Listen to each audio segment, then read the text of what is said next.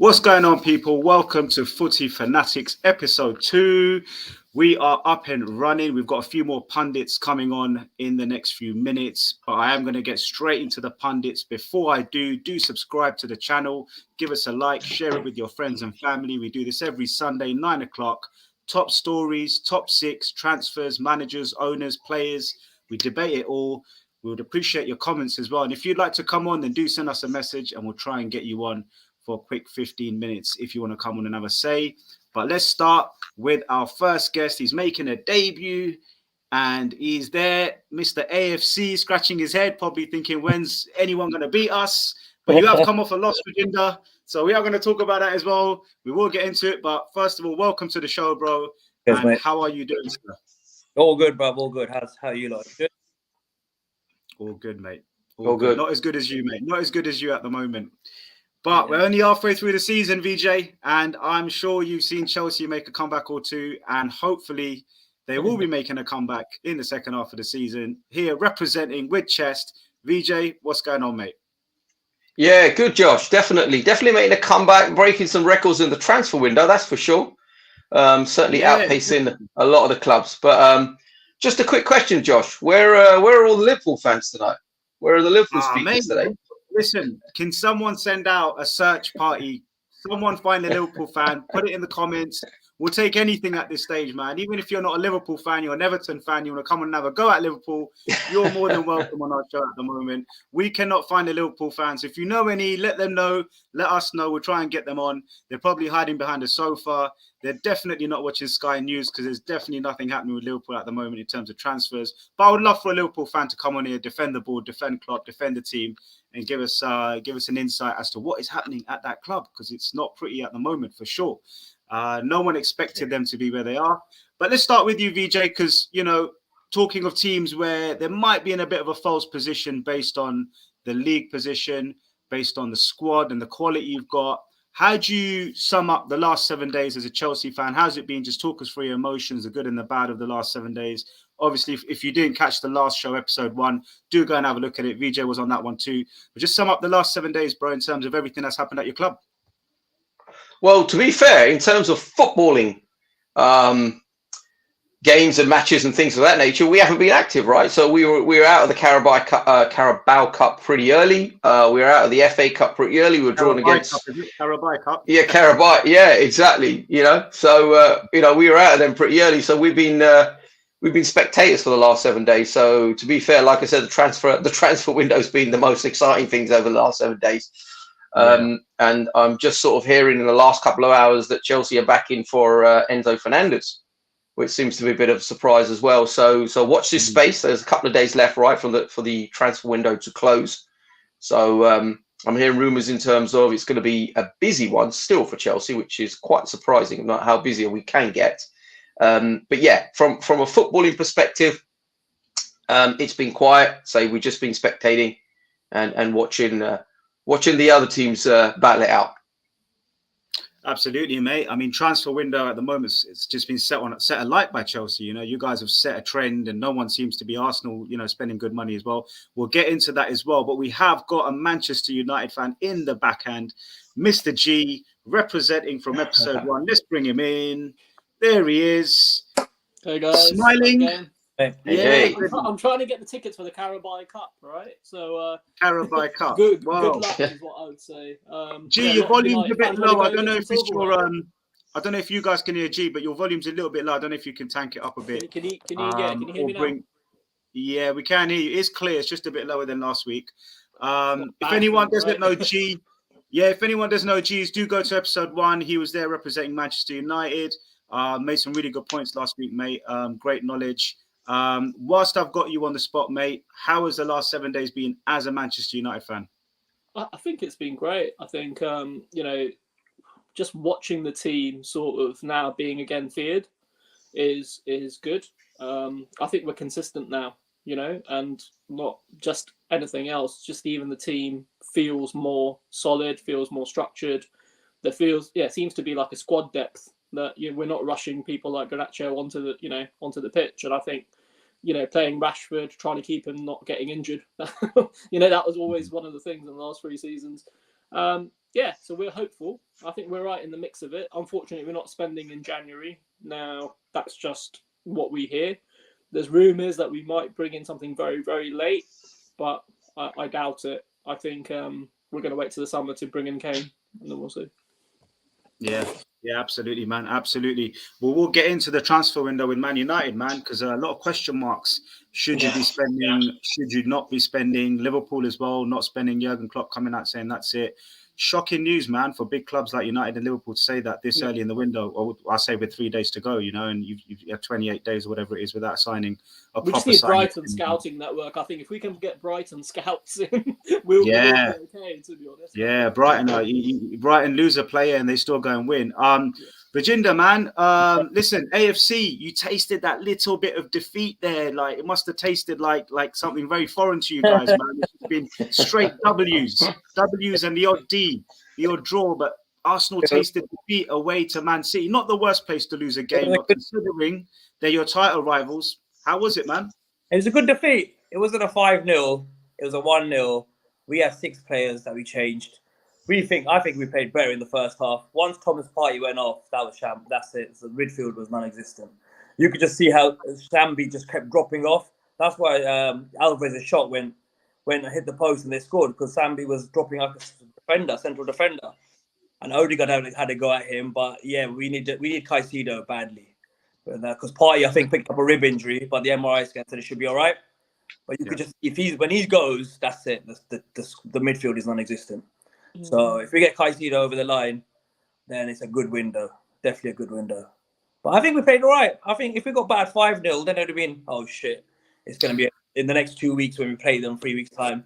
It's going to be something, mental. It might be a mental thing then. But 1-0 and playing toe to toe with them with 6 changes is not bad at all. They had Haaland, they had De Bruyne, they had their full team. And that we had to bring Odegaard on, Martinelli. Trossard looked all right the first half an hour. Yeah. Then he drifted. Rob Holding thought it was a WWE flip using something. And I don't know what he was doing.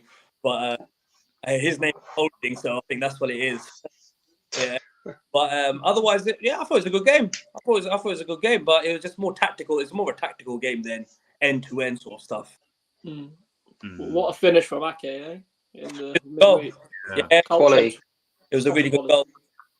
Did he mean it though? Yeah, you could say bent it around Saliba. You could just see Saliba's body was there, and he just bent it around him. So Saliba gave him a chance. Oh, they saw that. Yeah, it's a good finish. Yeah. What did you, VJ and G, man? What did you make of the game? I mean, did you watch it? I actually thought personally that I don't know if Arteta should have just gone out there with this full first 11 and just said, listen, we're better than you. We'll do it in your back garden and we'll get through to the next round and send a big message out. Or was this the right decision? To be honest, mate, I think Odegaard sitting on the bench would give anybody hope. And I think he should have started. I think Martinelli starts in your best team, if you're Arsenal. And if he had gone out with the full team at the start and then bring on, the sort of fringe players, if you like, Rob Holding and Tomiyasu, but you know what I mean? It's like, I think that's really sort of sends out the message. And Trossard is still short on game time, right? He is a class player. Like, there's no question on that. Arsenal have done a brilliant piece of business there. I just think that if you go out with your best team, you put those sort of notes out and people are like, yeah, okay, if you beat this, then fair enough. But I think, as you said, Haaland's there, Kevin De Bruyne's there. That's not a bad team. Mahrez is on fire. Rico Lewis, England, international through and through. I think in the future he's taking over Walker's space. It was a really good team. I think Arsenal can take a lot of heart from it, and I think they've made it really clear Premier League's their priority. They don't give them monkeys about all of this stuff. They want that Premier League.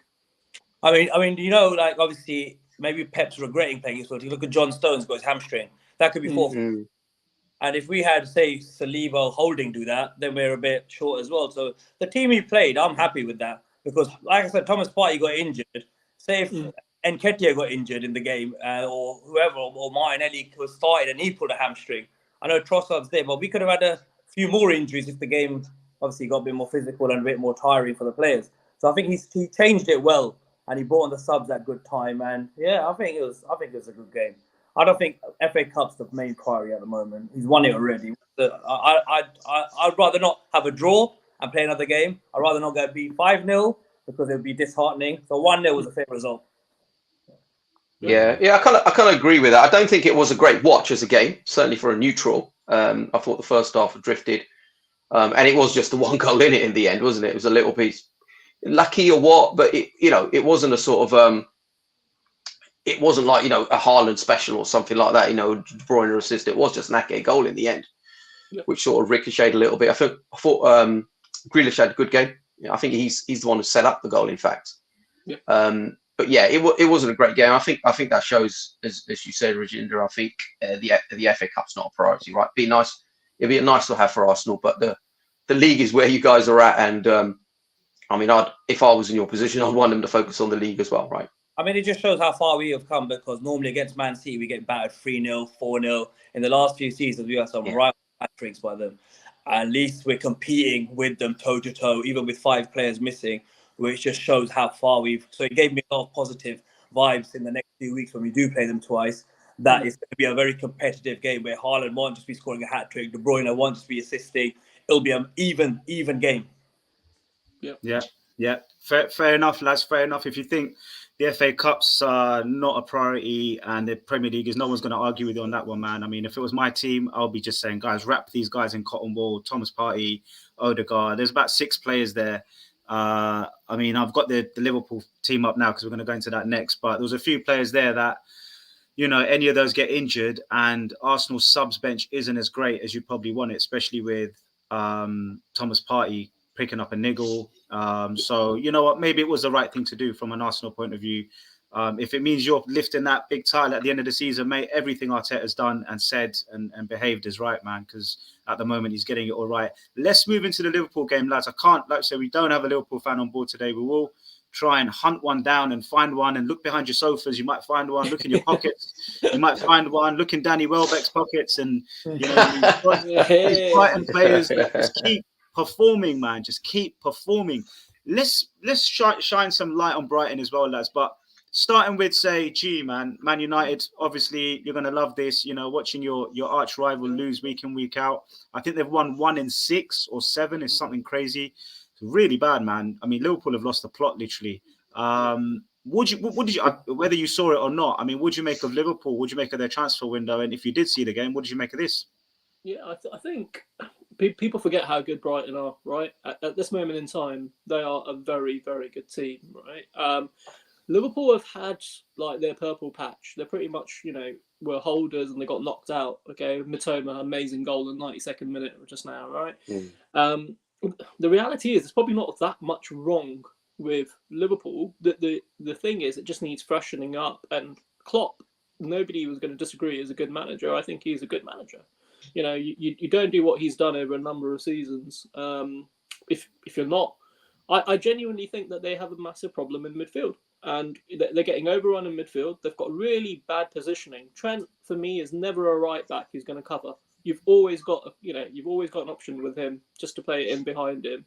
And good players like Odegaard will find Martinelli in that spot all day long, Saka and all day long. So I think there's some naivety in the way that Liverpool play. And the thing is, they're just not firing. I mean, I don't know what Nunes has to do right now, right? He's run over a few black cats or something because it's hard for him. Gakpo had a good game, I thought. But I think sometimes they miss the Mane effect, and no one's really replaced him in that slot. So there's lots that Liverpool need they need a rebuild. But then I remember when, it was Karius who let that goal in against Gareth Bale at Real Madrid, and they went out and bought Alisson, right? So they know what they're doing. FSG have got a machine there.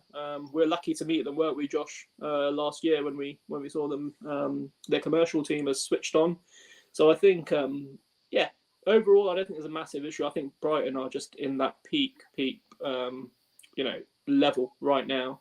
To the point where everybody thought Tariq Lamptey was an outstanding player about 2 seasons ago, and he's not even the first person we mention in the Brighton team these days, right? So it just shows the strength and depth. I think De Zerbi's done an amazing job. Taken over from Potter. He's made it look seamless. Brighton are just getting a lot of things right. And today was margins, right? It wasn't a huge win. It wasn't like, they'd smash them. But 2 weeks ago they did. So Liverpool tightened up, but Brighton still found a way. That's what good teams do. Yeah, and I think again, Brighton were effectively a weaker side, right, to the one that beat Liverpool 3-0 the other day. They haven't got Trossard, and I think we saw him come in for Arsenal, and he was good, right? Trossard, he made some moves, and he looked good, right? He looked like he'd been there forever. So clearly, a player that impacts well, and obviously Caicedo.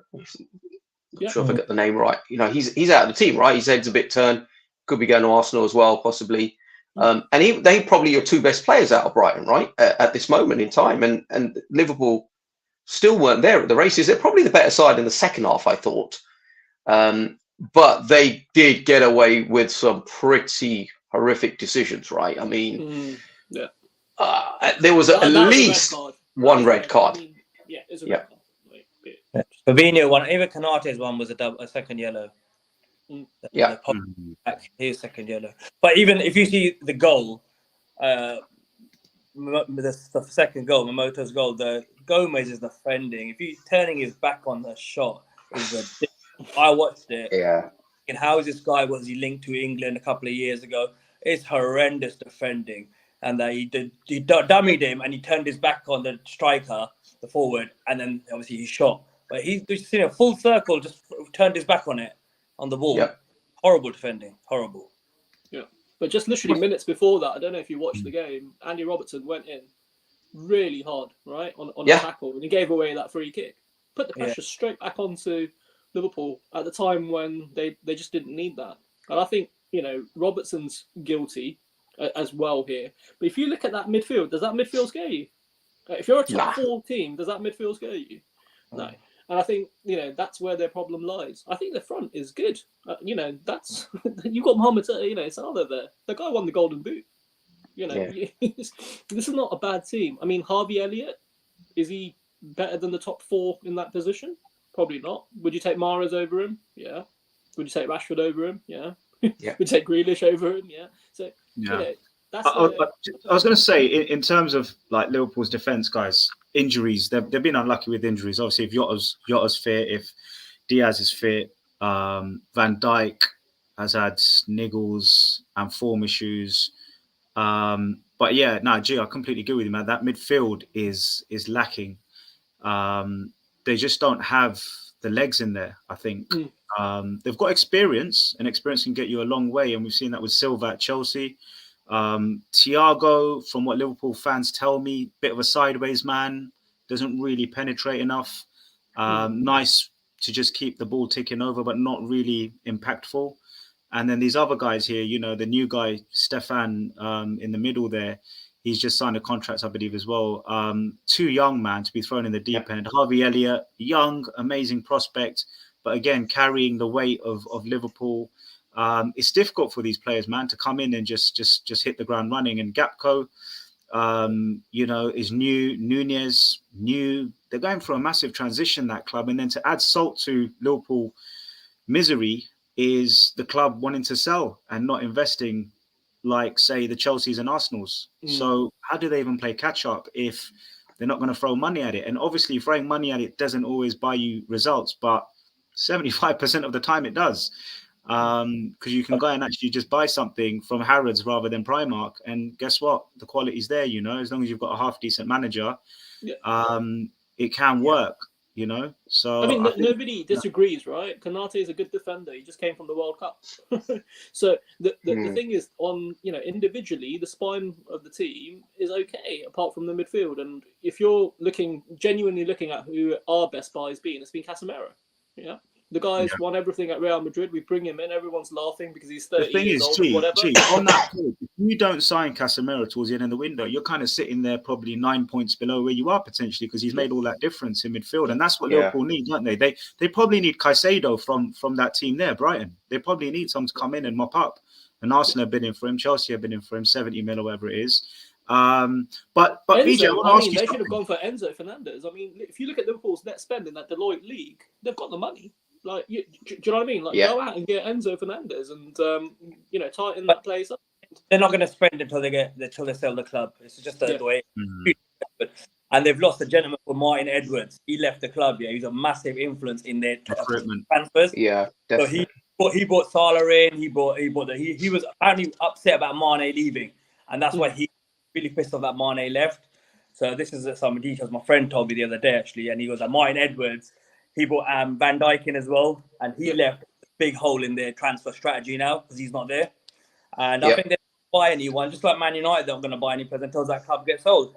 Until they're not going to invest. Why would you invest if you're going to sell in the club? There's no point. You've got to close the books. You've got to close the books at some point to be able to sell it. And I think you're just spot on, right? But the business that's being done by these football clubs, some of it is just like, I can't remember a Chelsea team being changed this much, right, VJ? Like literally every week you've got 2 new players coming in. Like, okay, right. And some of them are good.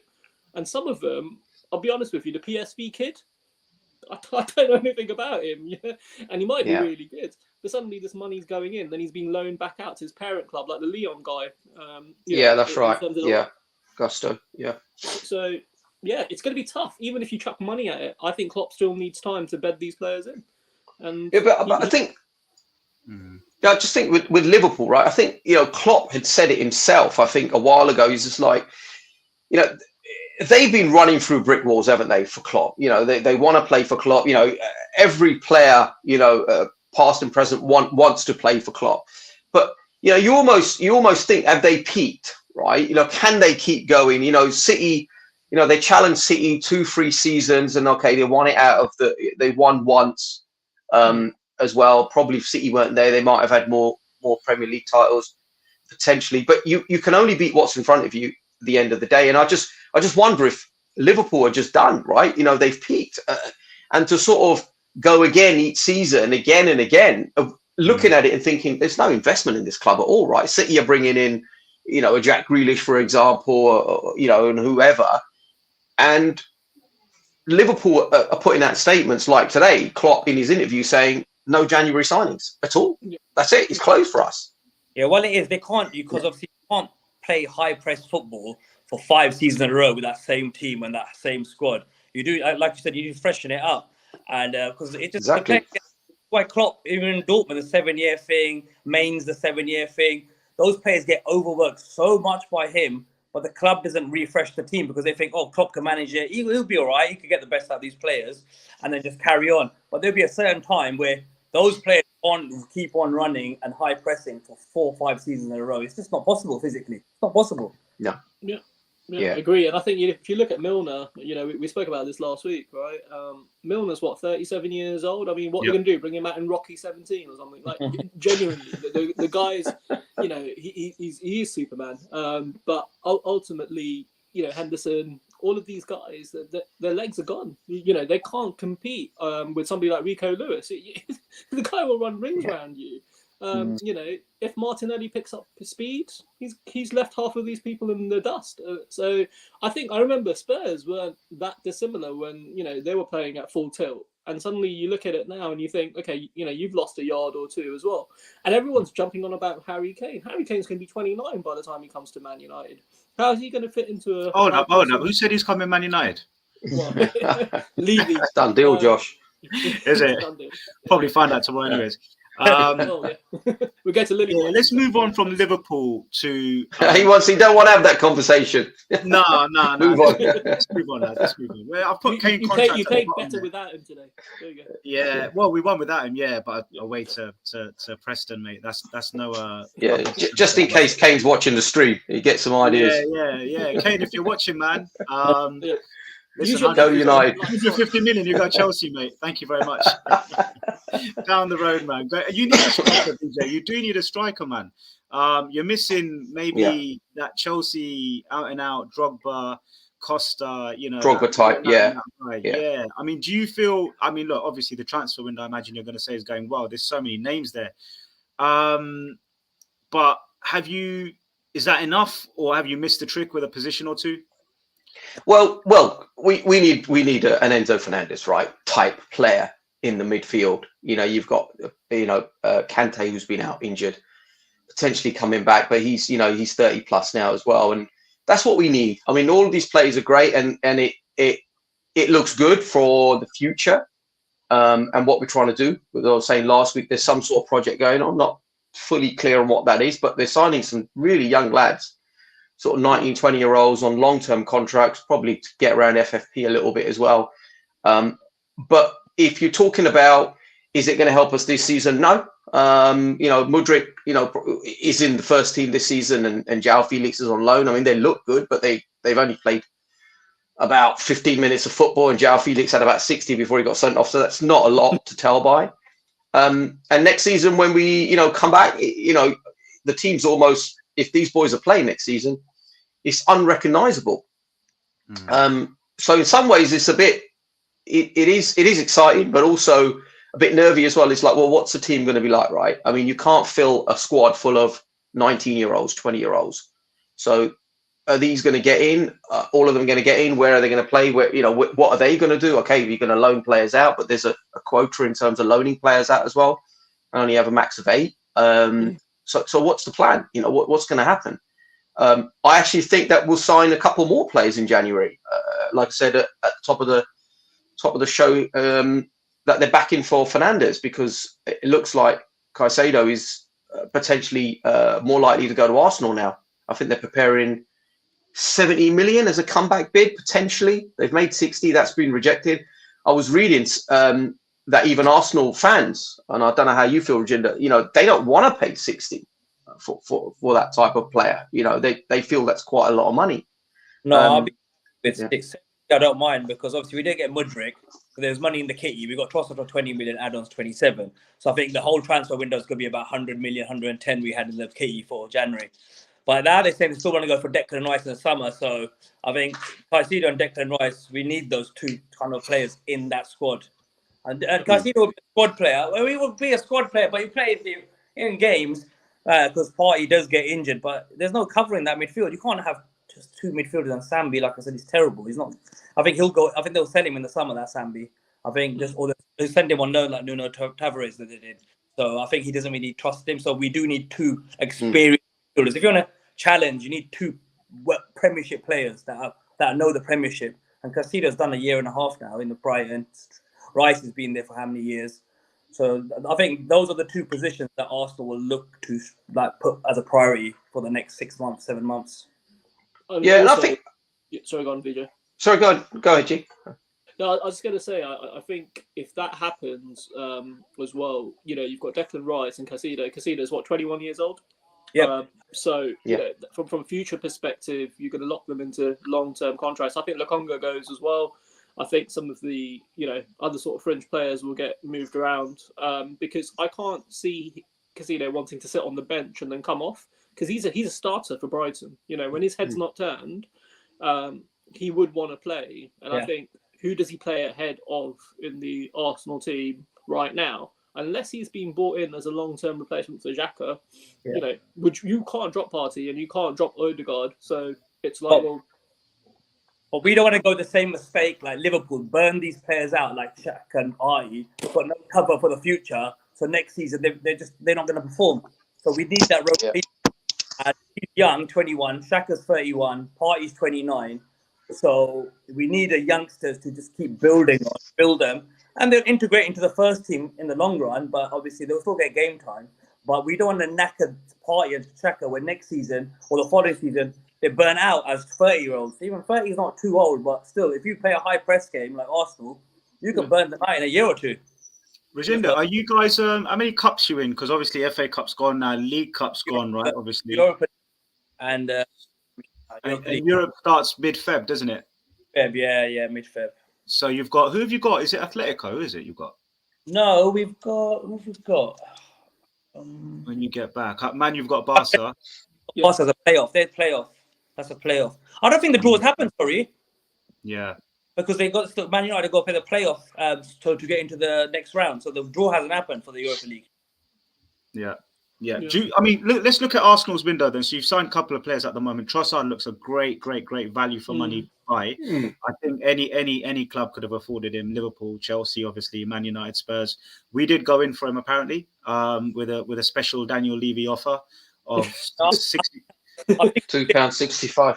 Yeah, and, something like and a pint of lager. that. And a black and white TV.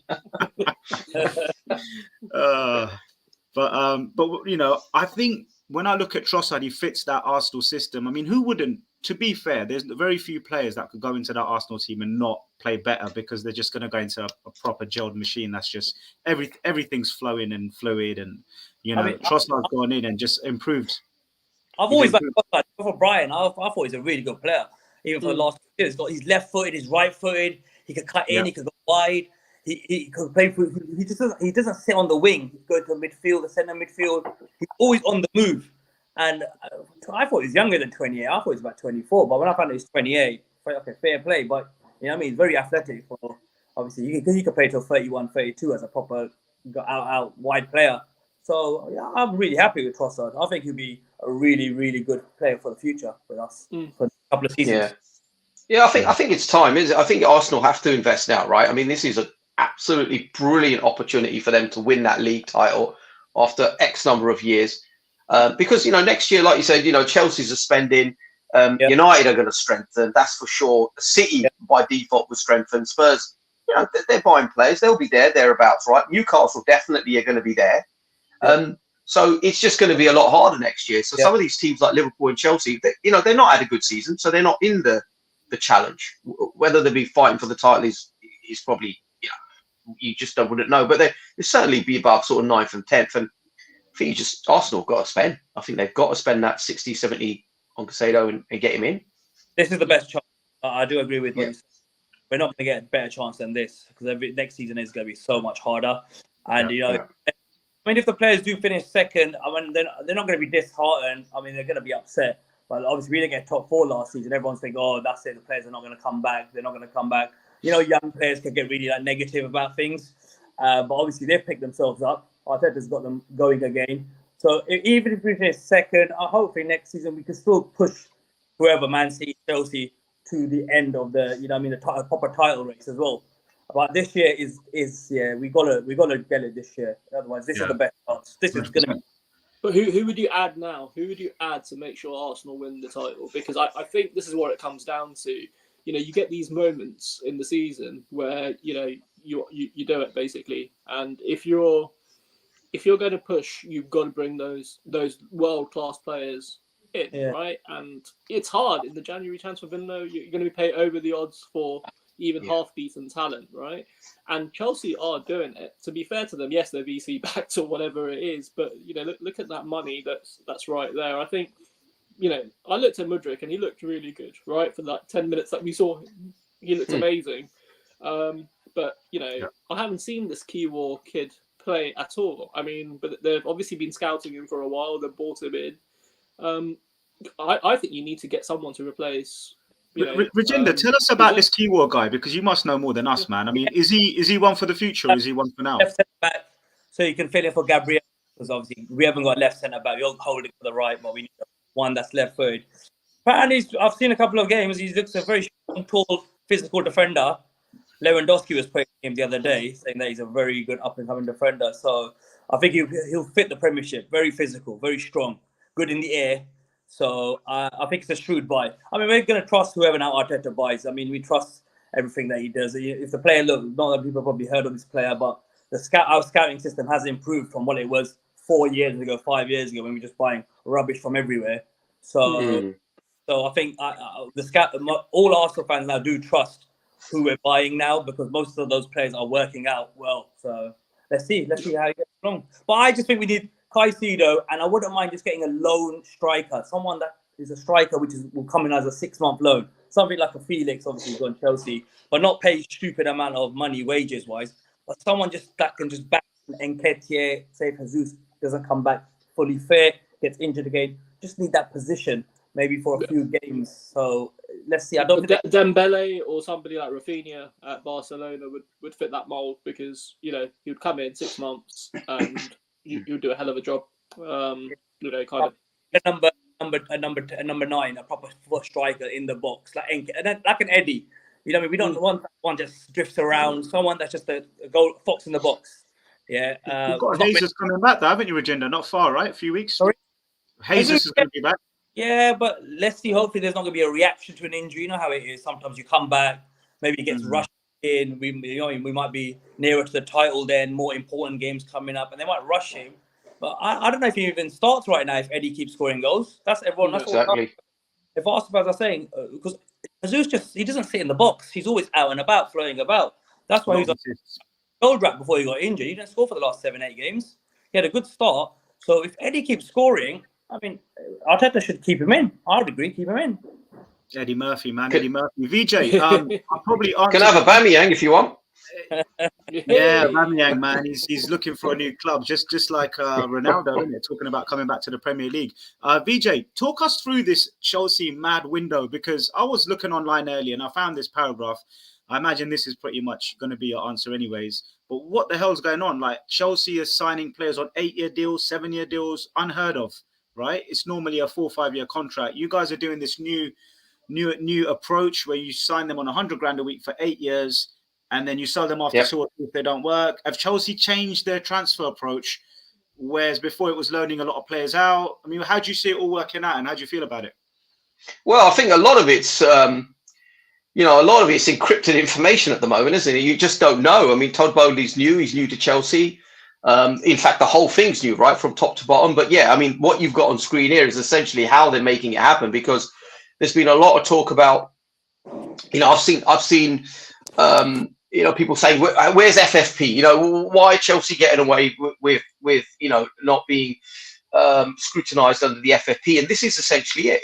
What they're doing is they're just spreading the cost over an X number of years and writing it off as any business would, as a cost of the business. And the sort of the technical terms are on screen here right now. So if you buy a player and only give them sort of 2 or 3 year contracts, which is probably the norm right now, then the cost to the business is a lot higher, right? So your ability to spend in the market diminishes, so you can only buy a set number of players. And that's where FFP kicks in, right? It's a loophole. It's a loophole in the system. And it is. Todd Bowley, he does that with his NFL players in America. That's what they do. They give them these long-term contracts, and that's where the models come from. And he's trying to bring that model to the English Premiership, but he's found the loophole in this, which is fine. I agree. I think it's fine. And now FIFA apparently are looking into it, and they're gonna try changing it. But I mean, there's nothing against it. I wouldn't say against it. I wouldn't change it at all. I mean, it doesn't seem fair if they change it. If Chelsea are exploiting the loophole, then everybody should get to exploit the loophole, including Newcastle, who I imagine are doing it. I mean, just going back to that one piece of business Newcastle did, right? Now, everyone that I spoke to last season, wanted this kid, right, at their football club. He was outstanding, right? If you look at his stats, his sort of dribbling ability, his time in the box, the sort of shots on target, expected goals, anything you look at, I think he's first or second in the Premier League on certain things, right? He's actually just behind Mudryk in terms of how fast he can run. But no one went in apart from Newcastle on him. People talk about his attitude problem and stuff. No one had a problem with his attitude when he was playing, as a young kid for Everton for all these seasons. He's forced through a transfer, And I think Newcastle have done a brilliant piece of business. For 14 million, they bought in somebody who was knocking on, England's door not that long ago. So I just want to get the thoughts of the guys here, right? In terms of why didn't Spurs or even Arsenal go in for him? Chelsea, obviously, because you haven't got any more money left. Well, Chelsea did, didn't they? They did in the summer. They were willing to pay 60 million for him. Obviously, Lampard was the manager at the time, and there was a sort of a feeling that he'd see out the season, or at least do one more season with them. But things change, right? Lampard goes. You don't know who's going to come in next. The club is, up for sale supposedly, and he thinks, well, 40 million for me, I'm going to Newcastle. Newcastle are up and coming. But you're absolutely right. The thing is, before Chelsea had come in for Gordon, of course, people knew who he was, but they weren't watching him. After that bid, suddenly people started to watch him, and suddenly I started getting messages like, "He's not bad, is he, Gordon? He's quite decent, and scored a few goals and things of that nature." But weirdly enough, only Newcastle came in for him in this window. I've got a couple of Everton fans. They don't really. There's a few that don't rate him. If you see his stats, 4 years, 7 goals, 3 assists. It's not great. He's a very hot temperament player as well. He likes to tackle, a bit risky. And someone that's pulling his toys at his pram, not training for 4 days, going missing. I mean, if you're getting paid, you're an employee. You should be going to work, and that's the only thing I don't agree with. Even the Caicedo, I think United fans will argue the Rooney case, though, won't you, G? Because he was a bit of a risky. He was not angry, but No, but Rooney carried on working. Rooney didn't fall. He wanted to move, but Rooney didn't stop. AWOL. Yeah. But has he gone AWOL because he was supposed to go in the summer and they held him back when a few clubs came in for him? Is it frustration? Could be noise in the background that they promised him that he could go and so. But I mean, I think he's the right player, but I think Newcastle needed more of a Maddison than a Gordon. Yeah. I mean, if I was them, I would have gone for Maddison for 70 million, put in another 30, and I would have gone for Maddison and Gordon because Gordon is just, I don't know, what I've seen of him. He's for me, he's a good player. I think he's in the same mold as Harvey Barnes, right? That kid at Leicester, and I think they play very sort of similar in terms of style. I agree with Maddison. I think he's one of the most underrated players in the Premier League. I don't think it would have taken a lot of money to move him from Leicester. Leicester are totally bankrupt. I mean, what have they spent apart from bringing in a 15 million defender to cover losing others? I think this is the thing. Rodgers was turning around and saying that there is no money at Leicester. No one's invested anything, and nothing's happening this season off the back of it. I would have loved to actually, seeing Gordon at one of the big clubs and see, how much he could do, just from an England perspective, if nothing else, right? Because you talk about Everton's stats, but the reality is Everton scored 15 goals in total as a team, and he scored 3 of them and delivered 4 of the assists. So it's exactly. So, in an underperforming team, this guy is good. So I would say Ivan Toney is probably the best striker outside of the top 4. Yeah, but just on the basis of if you look at his stats, if he's in an underperforming team, well-performing team for Brentford, but they're punching above their weight. Yeah. So if you then take somebody like that, then midfielder, his position is just. I think he's just that no one knows his actual position. That's the thing, because he's a bit of a. It could be one of the kind of players where you get to play him like Foden sometimes. Where do you play Foden sometimes? People think play him, and then he gets lost somewhere there. Pep plays him there. Southgate plays him there. Gordon just seems to be one of the kind of players as well where you don't know where he's going to play. What's his position? Yeah, Rashford was similar, right? We started out on the left wing, put him in the central striker position, put him on the right wing, couldn't cross to save his life. Then he came back in, second striker, and now he's gone away. He's got his head sorted. He spent some time in the gym, right? You can see that from the Tomiyasu sort of shoulder bodge. He's literally come back a new player. And I'm hoping Sancho does the same. Whatever they're feeding them, right, in the sort of Dutch camps, it seems to be working to bring Rashford back. If they can bring back Sancho in any sort of form, that would be good. But I agree. I think, Gordon is untested at this level. I would love to see what Eddie Howe does with him. I can see that there is a 15 assist player there a season, right? So I don't know about his goals, but I can definitely see the assists. But he's only 21, right? I mean, young. He's only 21 years old, and I just sort of liken it to a Jota, Diego Jota, that went from Wolves to Liverpool, and I've got some Wolves supporters as well, and I was like, he's going to Liverpool, he doesn't do a lot, but he went into a team that was creating chances, was functioning at a higher level, he's going to be on the end of stuff, and suddenly Jota went from somebody that was scoring a few goals, like potentially an Anthony Gordon, to smashing them in every week, right? And I think he could be like that, but at 40 million, it's probably, for me, I think it's just about the right price. Because in today's market, 40 million, it isn't a lot of money, which is weird, but it isn't, right? Yeah.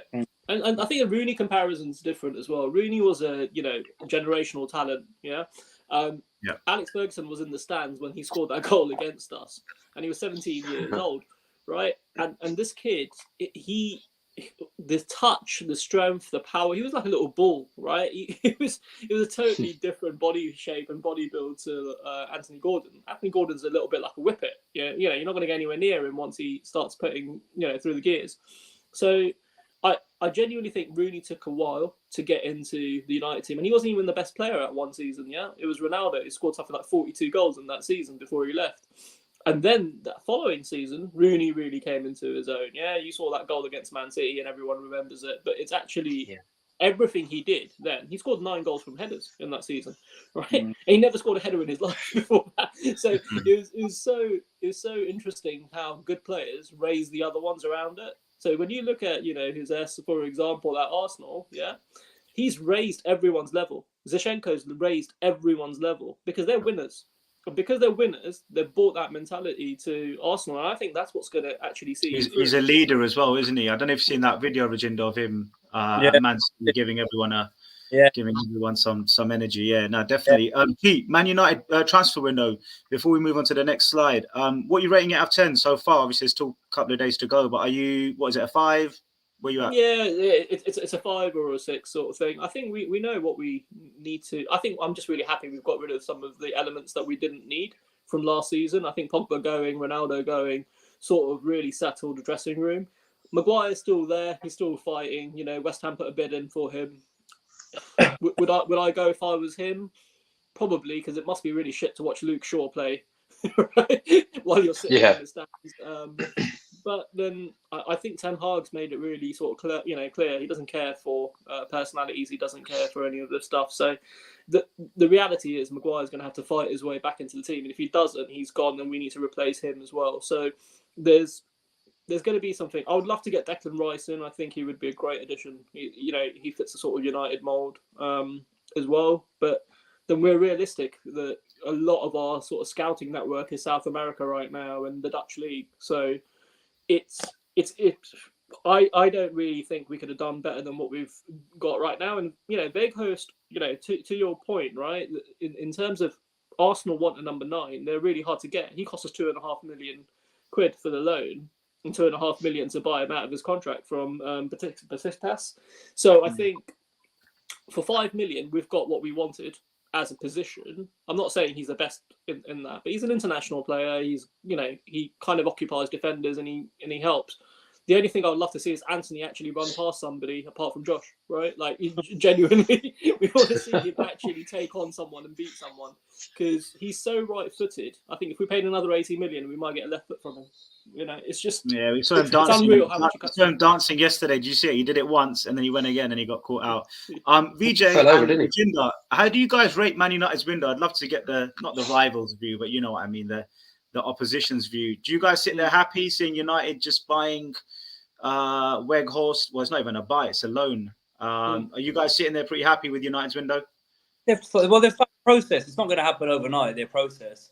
It's so similar to what Arsenal then to clear out a lot of rubbish, which they've got, which takes a couple of seasons, and then you could keep building in every transfer window. But it doesn't happen over one transfer window. There's a lot of players in there, need to get off their wages to bring new players in. That's how it works. So they buy 2-3 players. This one, January is always not this difficult, but in the summer, I can see them buy three big names, probably 3-4 big names. Get rid of 2-3 big players in their team, Maguire, like a few others as well, maybe Fred, McTominay, maybe as well, and then build from there. But yeah, I mean, what they're doing is good. Ten Hag's he's getting the best of what he's got, and it was a good squad that they had. But he's getting a settled first 11, which is and getting the best out like Rashford. Sancho will come through as well. Bruno Fernandes is back to what he was obviously pre-Ronaldo, and that how he was playing pre-Ronaldo. So and Martinez looks like a solid player. So I think Ten Hag's doing a great job. Yeah, I think we might want. I think we might also want Pickford. I'm not a huge fan of Pickford. I don't know why. I'm just not. But we're probably going to break the bank, as you said, when we go out and get Diego Carlos as well. So I think when we actually go for the Porto keeper and we bring in Kane and we bring in potentially the right back Timber as well. I think Dumfries is being scouted as well at Inter. You're talking like some serious backup. I look at Aaron Wan-Bissaka, the way he got kicked out and the way that he's playing now. That tackle on Zaha, even Zaha's like only one person can do that scoop tackle and do it that way. So he's getting the very best out of the team that we've currently got. I just wish that he would, Bruno Fernandes needs, for me, to score more goals. That first season that he came, he was scoring for fun. His technique is right up there. But he's got a different role now in the team. I think Eriksen's been one of the best buys at United. He's on crutches, isn't he, G, yesterday? Yeah. But did you see the tackle on him? It was horrid. Yeah. It was another one where he just literally bounced off the ground. And it was bad. But yeah, I think United can be happy that we're back to playing consistent and we're playing for the shirt, and everyone runs around. Like people like Martial who don't run around, don't get started, they don't play. It doesn't matter. You know, that sends a real vibe through the whole team that you've got to put the yards in. And the kids are getting it as well. Do you think they're a bit too reliant on Rashford, mate? Because if Rashford goes down injured, misses 2 or 3 games, does that hold them back? Or No, I don't. No, I don't think so. I think I agree with everything what the other lads have said. I think United are in a very good place. They're gelling as a team. You know, they're playing as a team. I think Rashford is like a new player, right? I mean, he had a really bad season last season. I mean, Fernandes, yes, I think Fernandes can do a little bit more. But since Ronaldo's gone, he seems to be playing with a smile on his face. He seems to be enjoying it.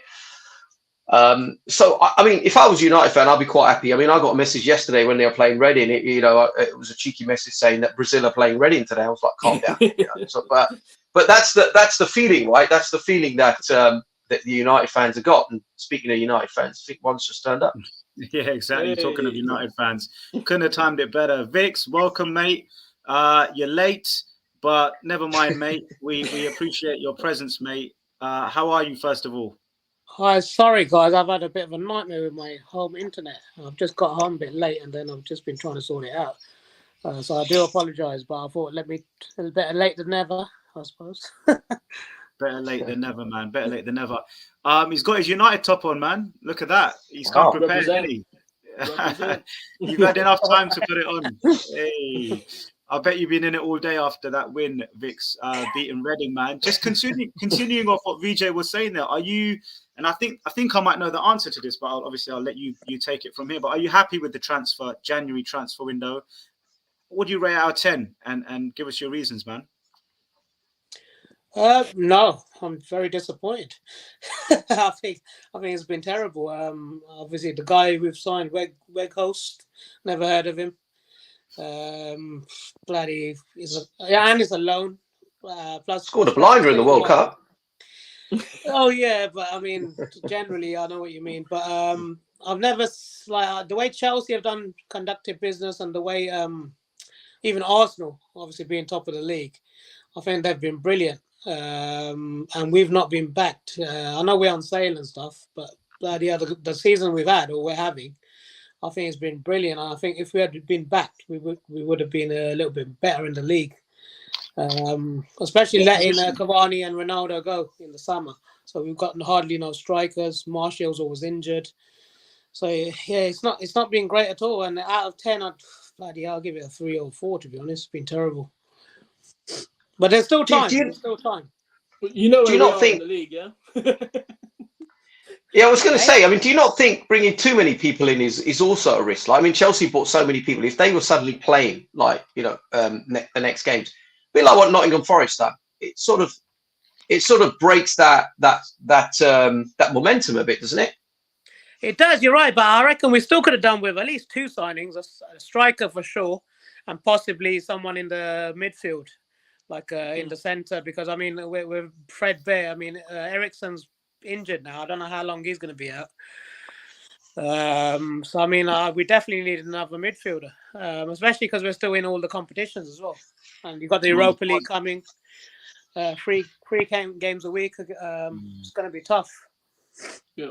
But Vic, so who would we overpay for in January right now? Don't you think we're taking a more sensible approach after kind of screwing it up with giving Ronaldo 650 grand or whatever a week in terms of wages? I think they're just trying to be more sensible, right? And sometimes we're in a building phase. We're just going to have to sort of suck it up right now because, you know, even though Chelsea are spending like that, they haven't got a settled team. You know, if you're playing Chelsea Man United tomorrow, Man United's got a more settled team. And therefore, you know, understanding plays more, understanding the sort of, you know, chemistry on the pitch a lot more. Not to say that individually that they haven't got better players, right, across the squad. As a squad, they probably have. But then when you got Fred scoring goals like he did against Reading, oh yeah, he could try that 100 times and probably get it right once, but he did. And I think, you know, then the next shot was about 25 yards out, and he just kind of put it into Rose Ed, yeah. So. The thing is, everyone's kind of coming through, but Casemiro, for me, not only has he defensively just made us so solid with 2 World Cup, you know, 1 finalist and 1 winning centre-back, they've actually contributed so much more going forward as well. Just to break through the lines and do it. I don't know. I agree. I don't think McTominay is in the same league, right? We've got to get something that's going to represent some value as well. And I don't know where we get the value right now in terms of the global leagues to bring somebody in. Yeah, that's true. I mean, we've been quite lucky on the youngsters as well. We've brought a couple of youngsters through, like Garnacho's come through this season. So I think Ten Hag's done a brilliant job in that sense. But I still think, not bringing too many players, but I think a central midfielder, I'm not sure who, but just someone I think would have definitely done a lot. You know what I mean? Because we're more than halfway through now, and we've got 3 games a week going to be coming up because we're still in the cup competition and the Europa League starts.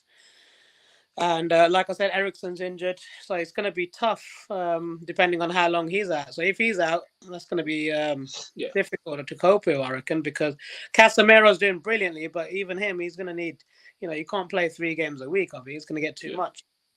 I mean, Maddison would be a good shout, actually. Maddison at United, I can see him in that almost Beckham-esque mould, and he could do a great job, certainly off the bench, and certainly creating a lot more for even like somebody like Tielemans as well. Maddison and Tielemans wouldn't be too expensive as well. I think he'd be decent. Even if it's a backup or playing a couple of games here and there. So I think he'll be brilliant to come in. Lads, let's move on to Spurs. You've left out the white half of North London. Come on, lads. Let's talk about what have you bought? Sorry, the kings of the lane. Right. Let's touch on Spurs. So we've bought Danjuma. We haven't bought him. It's a loan. It's a loan with an option to buy. And we've bought, as per Fabrizio Romano's Here We Go last night, we bought this guy called Pedro Porro, ex-Man City, went to Bournemouth, went to Sporting, and his numbers are crazy, but that's in the Portuguese league, so we've got to put a bit of salt in that. Didn't he play for Man City as well? He was for a bit. Played for who? He was at Man City for a bit, wasn't he? Man City, then Bournemouth, then Sporting guys. Yeah. So he scored on his debut against... So I'm going to ask you guys, starting from VJ coming down. VJ, how do you rate Tottenham's chances of top 4, and would you rate the window so far, mate? Well, I think if the start of the season, I think Tottenham were up there, right? I mean, United weren't in the running. You thought Liverpool was going to be up there, and Tottenham had a great start, and they've fallen off a bit. And I don't think Tottenham will make top 4. And I'll tell you why. I mean, I look at the manager. Because it starts from the manager, right? I mean, look at Arsenal flying. I mean, Arteta is jumping around the line. He sort of breeds that sort of excitement and enthusiasm and energy. Conte, I don't see that. At Chelsea, he was hanging off the dugout and everything every time we got a corner, even, let alone scoring a goal. And yesterday, I saw, you guys playing. Okay, you're playing Preston North End, but Danjuma comes on, scores a goal in about 5 seconds of being on the pitch. No reaction other than picking his bottle up and drinking out of it. And for that reason, I don't think you're going to make top 4. I think there's other teams that will jump ahead of you. He's got his passion, do you reckon? I don't think he's got the passion. I think he knows he's not staying either. Yeah, fair point. He has lost 3 friends. Vialli was close to him. We lost our head of sports, head of training. The man that makes you fitter, basically the head of fitness. His name was Vetroni. We lost him about 3-4. Well, no, probably about a couple of months ago now. He was with Conte in other jobs. So I know he's had personal losses, and then he lost someone else as well. His family lives in Italy still. He flies back on weekends back to Italy. So that's a bit unique, for a manager to leave the country. But he does that. And he's also questioned the board on signing youngsters rather than experienced, proper, peaking players, rather than signing your sort of Spencers and those sort of players. So he's had a rough ride. I mean, last season's balloons kind of popped from pipping Arsenal to 4th. We finished on a high. Some Spurs fans said we won the transfer window because we came out the blocks, ASAP. Literally we were signing players from week 1. But we ended the transfer window with a bit of a kind of there's no major signings really. We got Perisic in, which was probably our most experienced signing, and the Richarlison hasn't really worked out. Maybe that's on Conte, the system. And then you've had your Brian Hills and sort of those sort of iffy players that have come in, sort of not really kicked on. So we'll see what happens with Pedro Porro. Rajinder, last year, Spurs pipping you guys, probably more to do with your collapse than Tottenham's amazing form. Yeah, definitely. Obviously, we did beat you at the Lane. I was there, man. What an atmosphere. I think the fans helped Tottenham get over the line on that one. I always hope enough to beat you. Yeah, the red card. Yeah, Rob Holding. But how do you rate Spurs' chances of top four? We ain't going to finish above you. Definitely, that's done. I think the board sacked the blood out of all the managers there anyway. Mourinho, Nuno, Poch. You could put Pep Guardiola in there; it won't make no difference. And it's just the way it is at Spurs. It's never going to change. I know 80% of our Tottenham fans say that we've had the best window in the summer. Best window. They're bragging on about it. All to me, we've had the best window. We're going to get top 2, top 3, and so and so. And Arsenal, they're saying Arsenal should have got Conte. Why have you got Arteta? Man United should have got Conte. Conte's a serial winner. But if Conte doesn't get his ways, he just throws his toys out the pram. And the thing is, Dead Spence, the player, he was one of the best up-and-coming right-backs. Basuma, outstanding. Richarlison, proven as well. Perisic, okay, he's a good sort of experienced player. Then you think Fraser Foster, good, obviously, defender as a goalkeeper as a backup, sorry. And then you think, why are these players not getting coached? Which players improved under Conte? Apart from Ben Davies, would you say? Yeah. Ben Davies. Yeah. System doesn't fit. That's probably more to do with 3 at the back as well, because it helps him. System doesn't fit Son because he doesn't want to play helping wing backs and a wing back going overlapping him. So he likes the 4-3-3. Hence, that's why he hasn't scored enough goals this season. And he's not maximizing the players he's got with a system that they can play good in. He's doing it all on his stubbornness, and he needs to change it. He's not going to stay. He's not going to stay. He's not going to stay. You could just see he's not going to. It's difficult, isn't it, to back a manager if the manager's not sure, because you're buying players for that system. But look at the Dan Juma. Did you really need Dan Juma? You need a central defender. Dan Juma was probably Daniel Levy's one again. Oh, yeah. Oh, Everton are getting him. Oh, it's going to be a loan. Like Longley, like Kulusevski, like Bentancur, these loan deals. It's another person. You don't need Dan Juma. You got Richarlison, you got Brian Hill, you got Son. How many forwards do you have?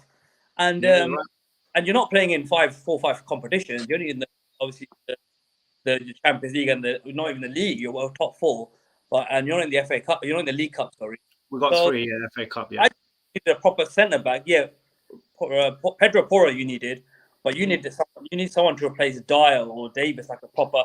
I mean, look at gone to PSG for the summer. The one at Inter Milan who signed for PSG. Matthias Skriniar. So he's gone. I mean, he would have been a good free if you got him in the summer. Which is the summer.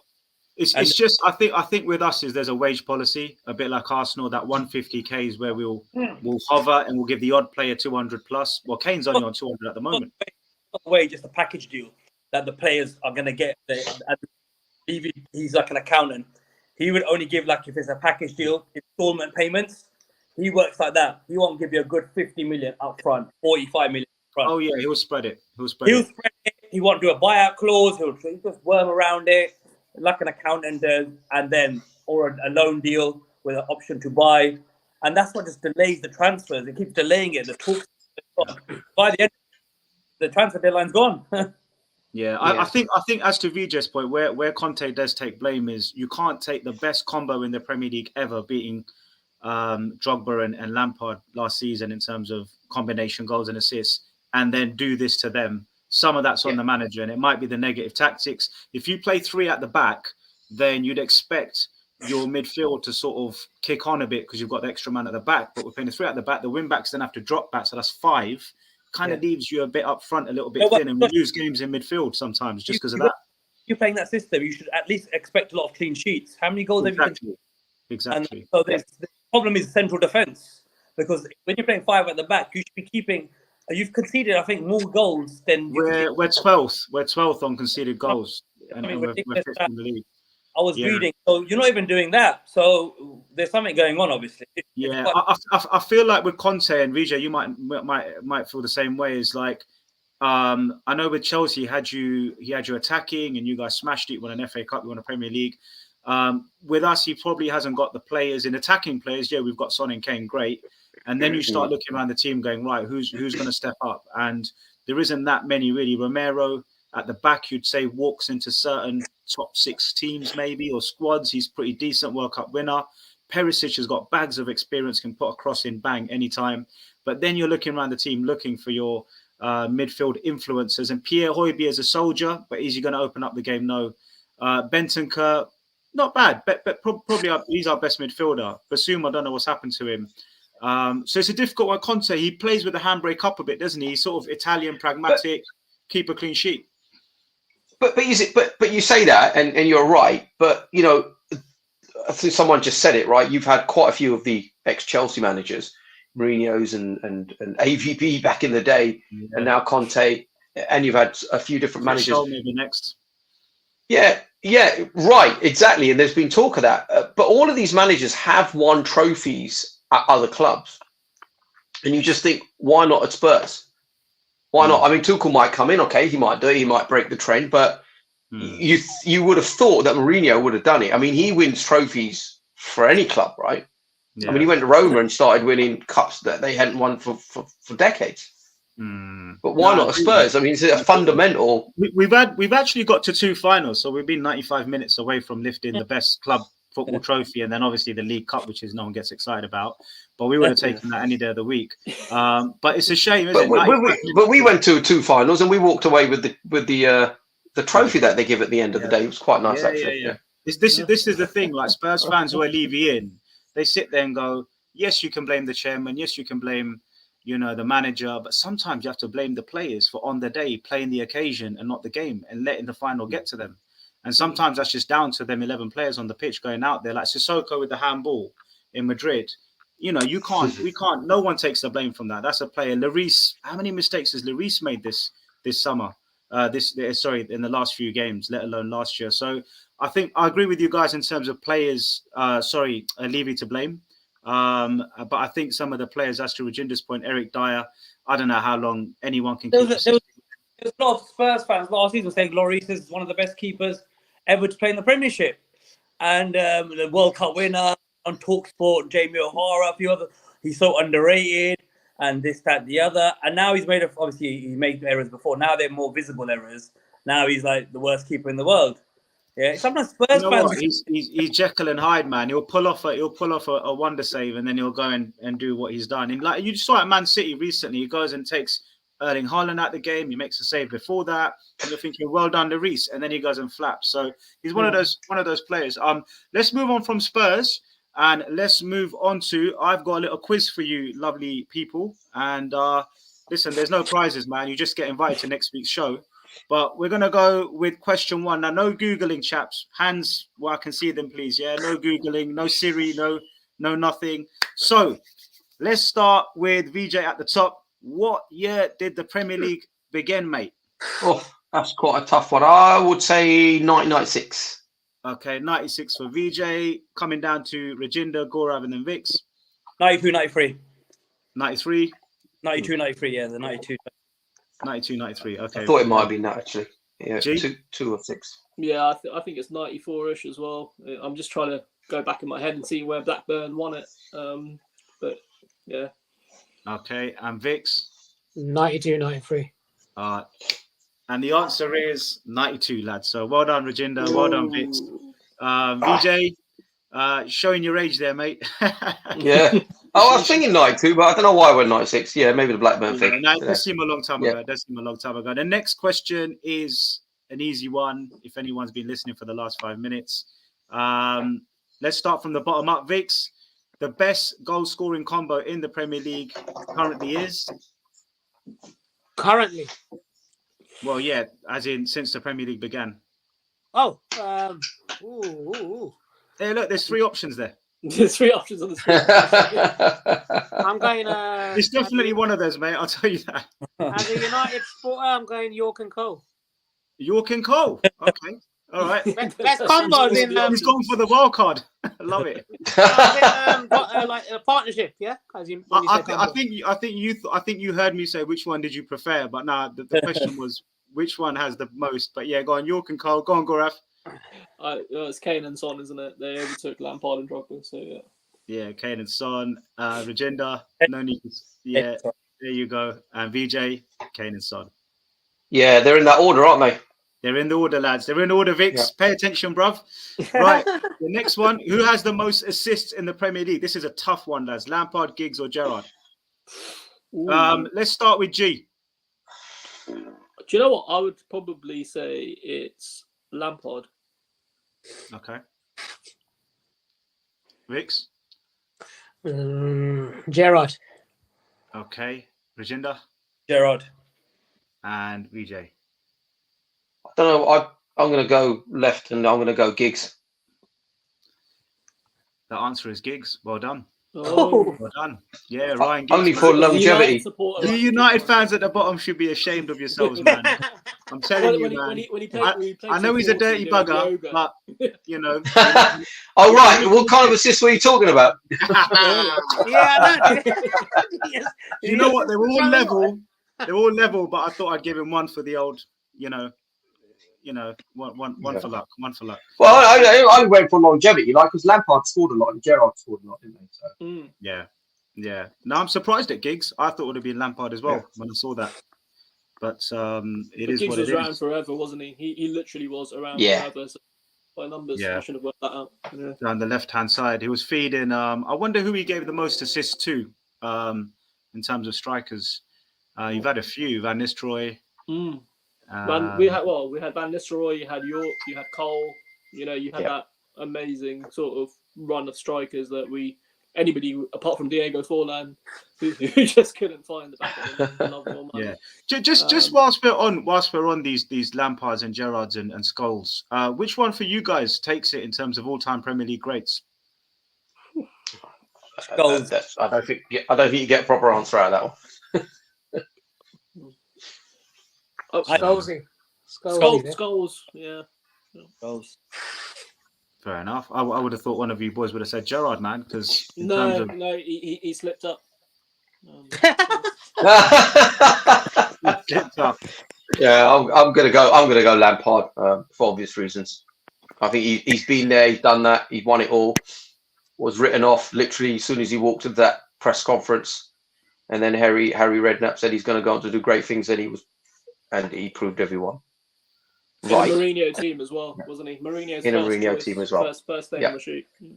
Exactly. Fair enough, lads. Last question then. Most appearances in the PL: Lampard, Gareth Barry, or James Milner? Go with your answers, guys. Whoever wants to go Gareth first. Barry. I'm going to go Barry. Barry. Yeah. Vic's going to choose someone off the list. I don't know. That's a tough one, actually. That's a really tough one. Bloody hell. Yeah, I think I'll go for Barry, but I'm a bit double-minded on that one. Yeah, it's Barry, lads. It's Barry. I think Milner was the outlier there a little bit because he's been around a long time as well, 37. Yeah. But Barry is definitely the answer, man.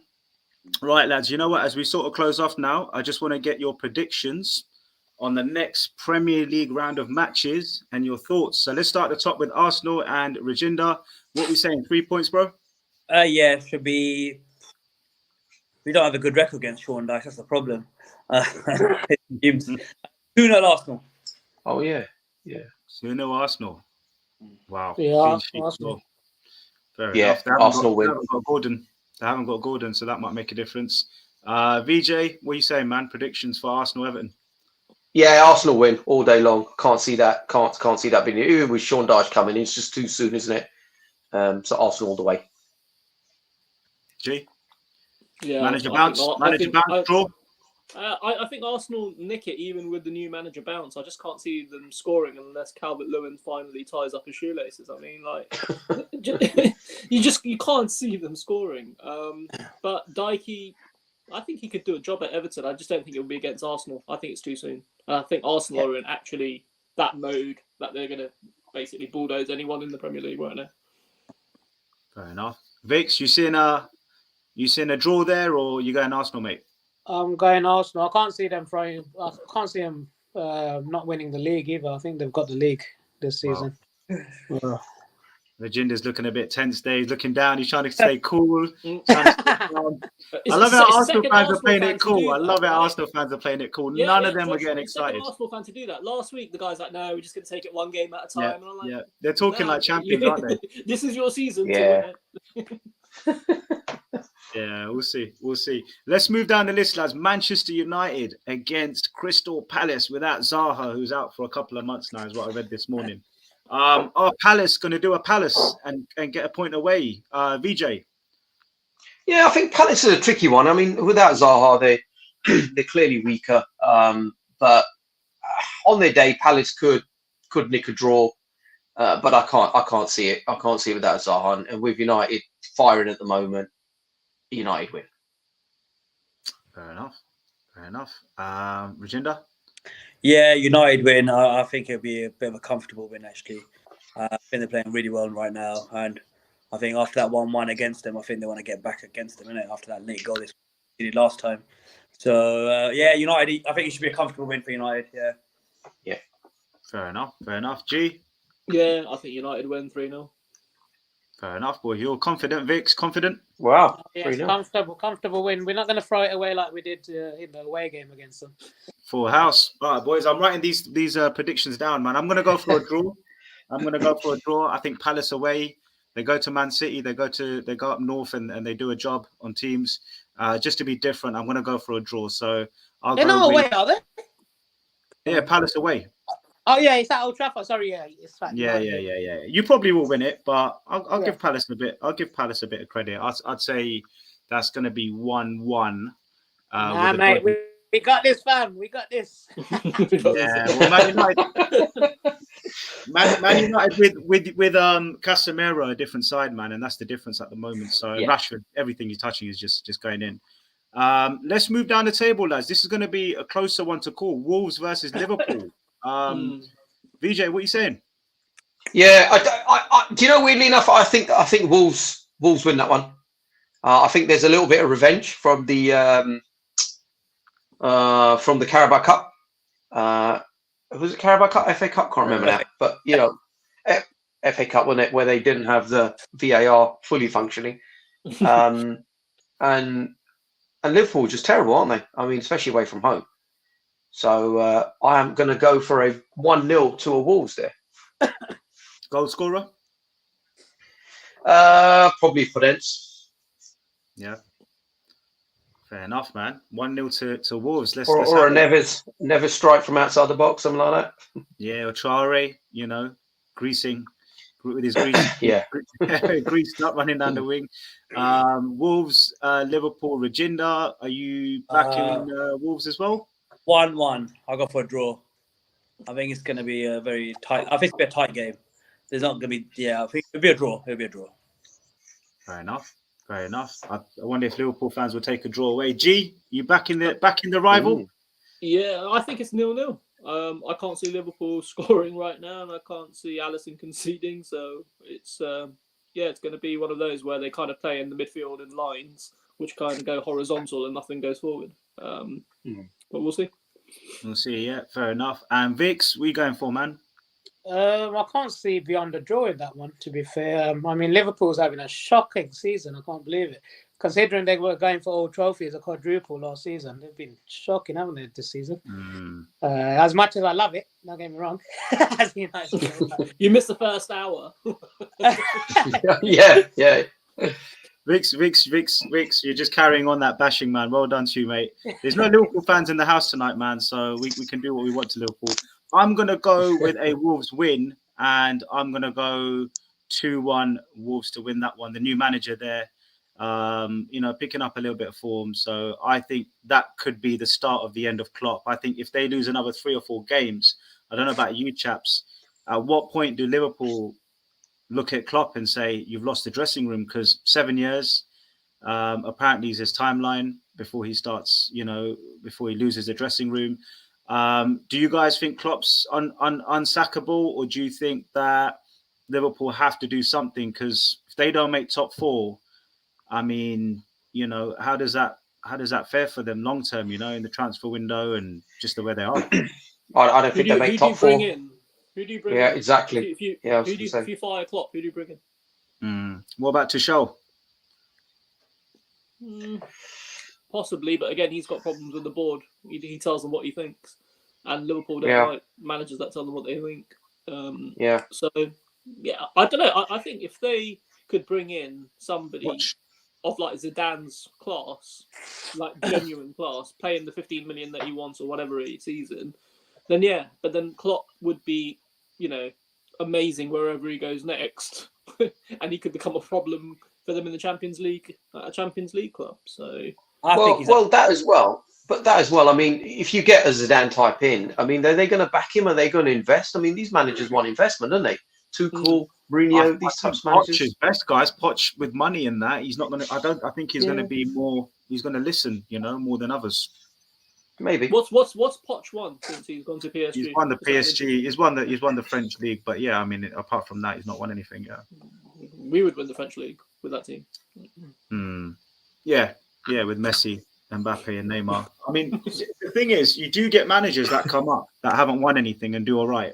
But I suppose Liverpool's probably too big a club to sort of try. I mean, Potter's an example, VJ, where he's not really won anything, but he's come up. But I mean, are you trusting the process?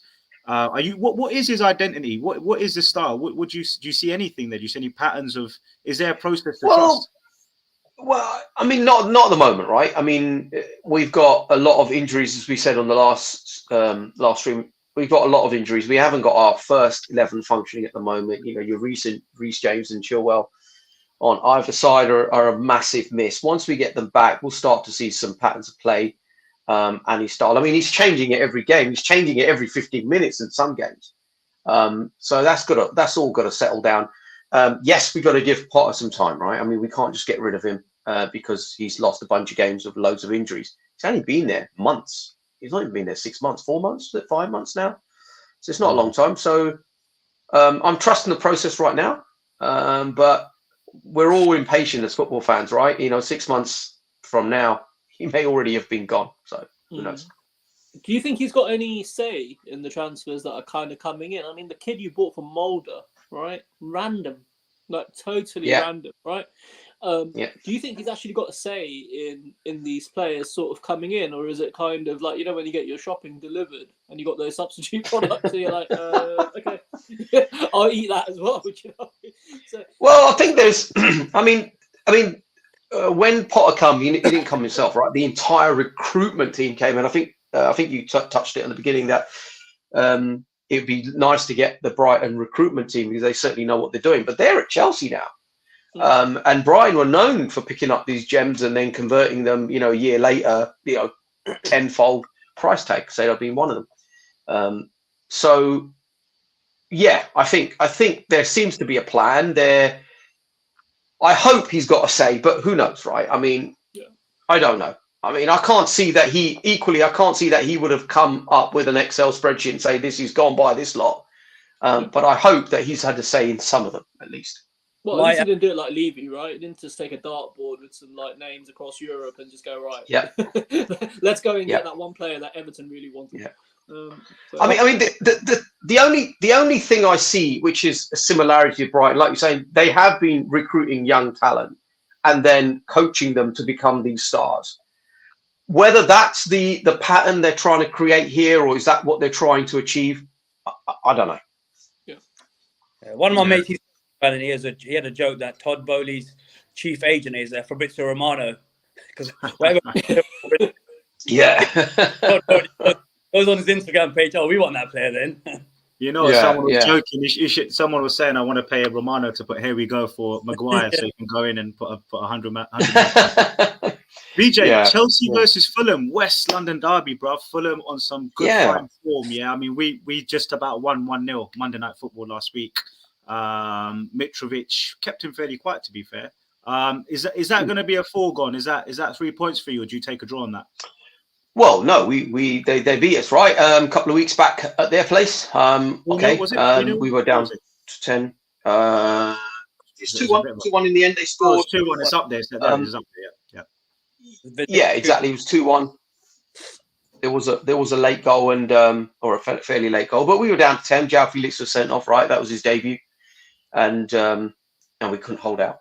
I don't know. I think that's Fulham are playing very well at the moment, aren't they? I mean, they've been doing really well. And the last game where we played them at home, Mitrovic weren't about, but he will be on the next game. So I think it's going to be tough, even though we're at home. We've lost enough at home. So I would, to be honest, I would say probably a draw there. at this point. That's staggering, right? Like if you said Yeah. that to me 2 seasons ago when you were winning everything, and even including like World Super Cup or whatever it is, to go to Fulham, who and you think a draw is a good result because they are in that form, aren't they? That Polina kid is amazing. Vinicius is playing out of his skin, and Chelsea just not settled. I think that's all it is. If you can get a settled 11, consistently keeping clean sheets and scoring goals, that Chelsea team, on squad depth alone would win the league. It's just Oh yeah, and that's what I mean. We've got to get the first 11 functioning, settled first 11.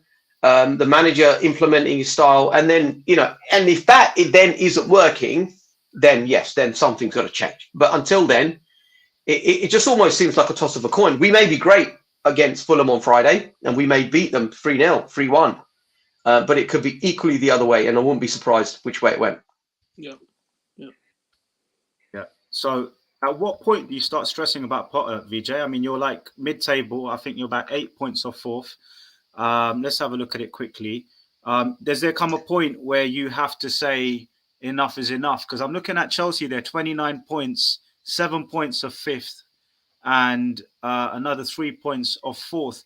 I mean, aren't you getting down to the next 3 games, or do you happily sit in the Europa League for a season just to trust the process? A bit like what Arsenal went through with them 2 fifth-place finishes. Do you know, I actually think we're in a weird kind of situation, because I don't think, as a Chelsea fan, I'm really even looking at the table anymore. I think there's better 4 teams than us right now that will make that top 4. And we're almost probably better off finishing outside of the European places, like Arsenal have in the last few, where they just concentrate on the league and go again. And the only time I'd start worrying is not at the table. I'll be worrying when we get our first 11 back and we're still not performing as a team. We're still not seeing progression.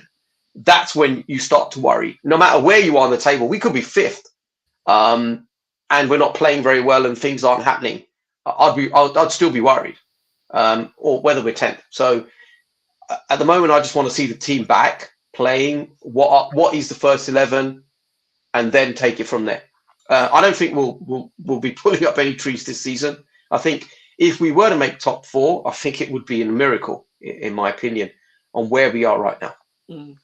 So you're happy to leave Potter in there, finish below 4th, and see how you go, yeah? Right, let's turn our attention, lads, to Arsenal quickly. We're all saying that they're going to win this weekend. There's a match coming up against Man City, Rajinder. If you win that, is that it then? Is that it done, mate, in terms of the title race? Oh, I can't say, Josh. It's too Come on, don't sit on the fence, man. If we could go on a run losing 5 games in a row, we could have Partey injured, we could have Odegaard injured. You never know. So it's not over. I say I will start believing probably by end of March when it gets nearer to the time. We need a good gap of points, but we need, in both of the City games, we can't lose both of them. A 2 draws would be perfect. A win and a draw would be perfect. But if we lose both, then I don't think it's going to be our title. So we have to not lose both of the games. Yeah.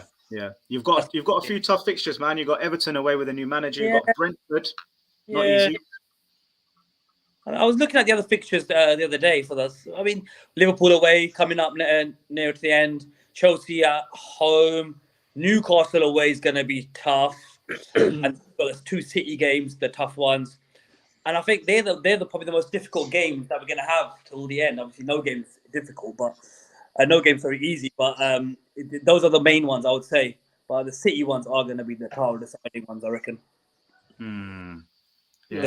Especially the second game. The second game is going to be the one, I reckon. Yeah. You've actually you haven't played them this season, have you? Apart from the weekend? Got delayed because of the Queen passing away that time, so they delayed it. So it's going to have 2 games now in the next few weeks. Yeah.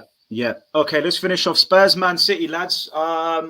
Listen, we love beating Man City or nicking a point. Or do you just not see it happening? Man City on fire right now in terms of goals. Do you see them walking all over Tottenham, or do you guys see a point?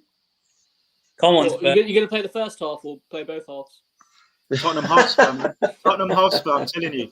I reckon I'd rather we play the second, because then there's a comeback rather than just losing it like we did at 4-2. We played the first half. I would say, guys, at the lane with the crowd, there's a lot of nervous energy around Tottenham at the moment. So, you know, it's fair enough having 60,000 fans or 50,000 fans that are supporting you, and then having 50,000 anxious fans is almost a negative because, you know, you can feel it. So it depends what mood the fans are in. Normally, Man City's a wild card. We just go for it. Sonny's just scored 2 blinders, even though it was Preston away. I don't think many keepers would have saved any of those.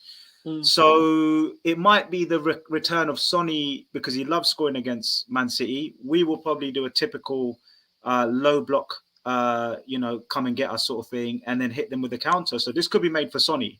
Kulusevski is a really good player. I know he's not talked about a lot, but he's a really neat, tidy player on the right hand side. He's always got he's always got a good cross, and he's always got the right pass. Once he beats his man, something's always going to happen with Kulusevski. And on the left, with the new signing, Richarlison's not a left-sided player for me. He's a straight-up number 9 up top. So on the left, if Danjuma comes in, and a bit like when Bergwijn made his debut, he scored against Man City at home, and everyone was like, who's this Steven Bergwijn? Is he going to be the next big thing? And he wasn't. You know, the Spurs got the better of him in the end, like we do with managers and players. So I'm going to go 2-2 with my Spurs hat on. But I mean, Rajinder, you probably want to win, right? You're going to be a Spurs fan for the day. Jeez, yeah, Spurs 3-0, mate. You know what? It will be so Spursy to go 2-0 up and lose again. Do you know what I mean? That would be us. That would be us. You broke my heart last game, mate. You broke my heart when it was 2-0 up and then it came back. Do you know what? I put on a group 3-2 and they were like, yeah, whatever. And then they were like, shit, man. And I was like, listen, it's Tottenham, man. Like Alex Ferguson said, it's Tottenham. And if you get one in, you've got a chance. We took your best player. Mate, that guy said it on the nail. You know what I mean? We just have this soft underbelly. Arsenal had it as well for a little bit after they went through their transition. You know, they'd lose leads and that. And we're going through that right now. VJ, how are you looking at this one? Spurs, City, and then Vix. If you could tell us after VJ. I don't see anything other than a City win. That's it. I think it's simple as that. I think Spurs got a little bit lucky last time when they went 2 goals up, but that was soon rectified straight after the half. And I think Man City will do it again. Yeah, well, if they do, the title race is still on. If they don't, you'd say Arsenal are getting definitely one hand on that trophy, man, after 20 years. Vix, you feeling Spursy or you feeling City? Nah, I can't see beyond City as well. Can't see beyond City on that one. Full house going Man City win. All right, fair enough. I'm holding it up for Tottenham. Let's see what happens. I'm going to. I think if Haaland turns up, it's game over for Spurs. Yeah, exactly. Yeah. Do you guys think Haaland's improved City? Whew, that's a tough one as well. What's he scored? 25 goals? 26 goals? I think he scored 18 in the league. So about 23, 20. Yeah, he's about that much. Yeah. So has he improved City? He hasn't improved the way City play, but he's improved the City's outcome. Like City played better when he's not in the team with Alvarez. I think he's a much more like an Aguero style player. But you know, everything they try and work harder to find Haaland. Haaland just reminds you of that kid, doesn't he? On the school playground, he just has to sort of turn up for about 10 seconds and he'll score a hat trick because he is just that much bigger and faster and bully on the ball. You can't get close to him. If you shut the supply off to him, then you've got a chance of him not scoring. But I think Kevin De Bruyne, I think Foden, I think Haaland, you know, if they turn up, it's game over for Spurs.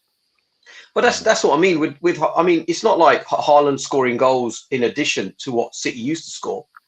You know, your David Silva's, Aguero's of the world were scoring those goals, right? They were just sharing it out a little bit more, whereas Haaland's a little bit more selfish. He'll score 3 or 4 by himself. Yep. So it's weird, isn't it? It's a really weird question. I actually don't think he's massively improved City, but he always gives them that hope that they can win a game even if they're losing it. Which is because he like you know, as G just said, right? He can turn up for 10 seconds, score a hat trick, and then that's it. He's done. I think that's the difference. Yeah. Arsenal would want Haaland right now. They win the league. That's it.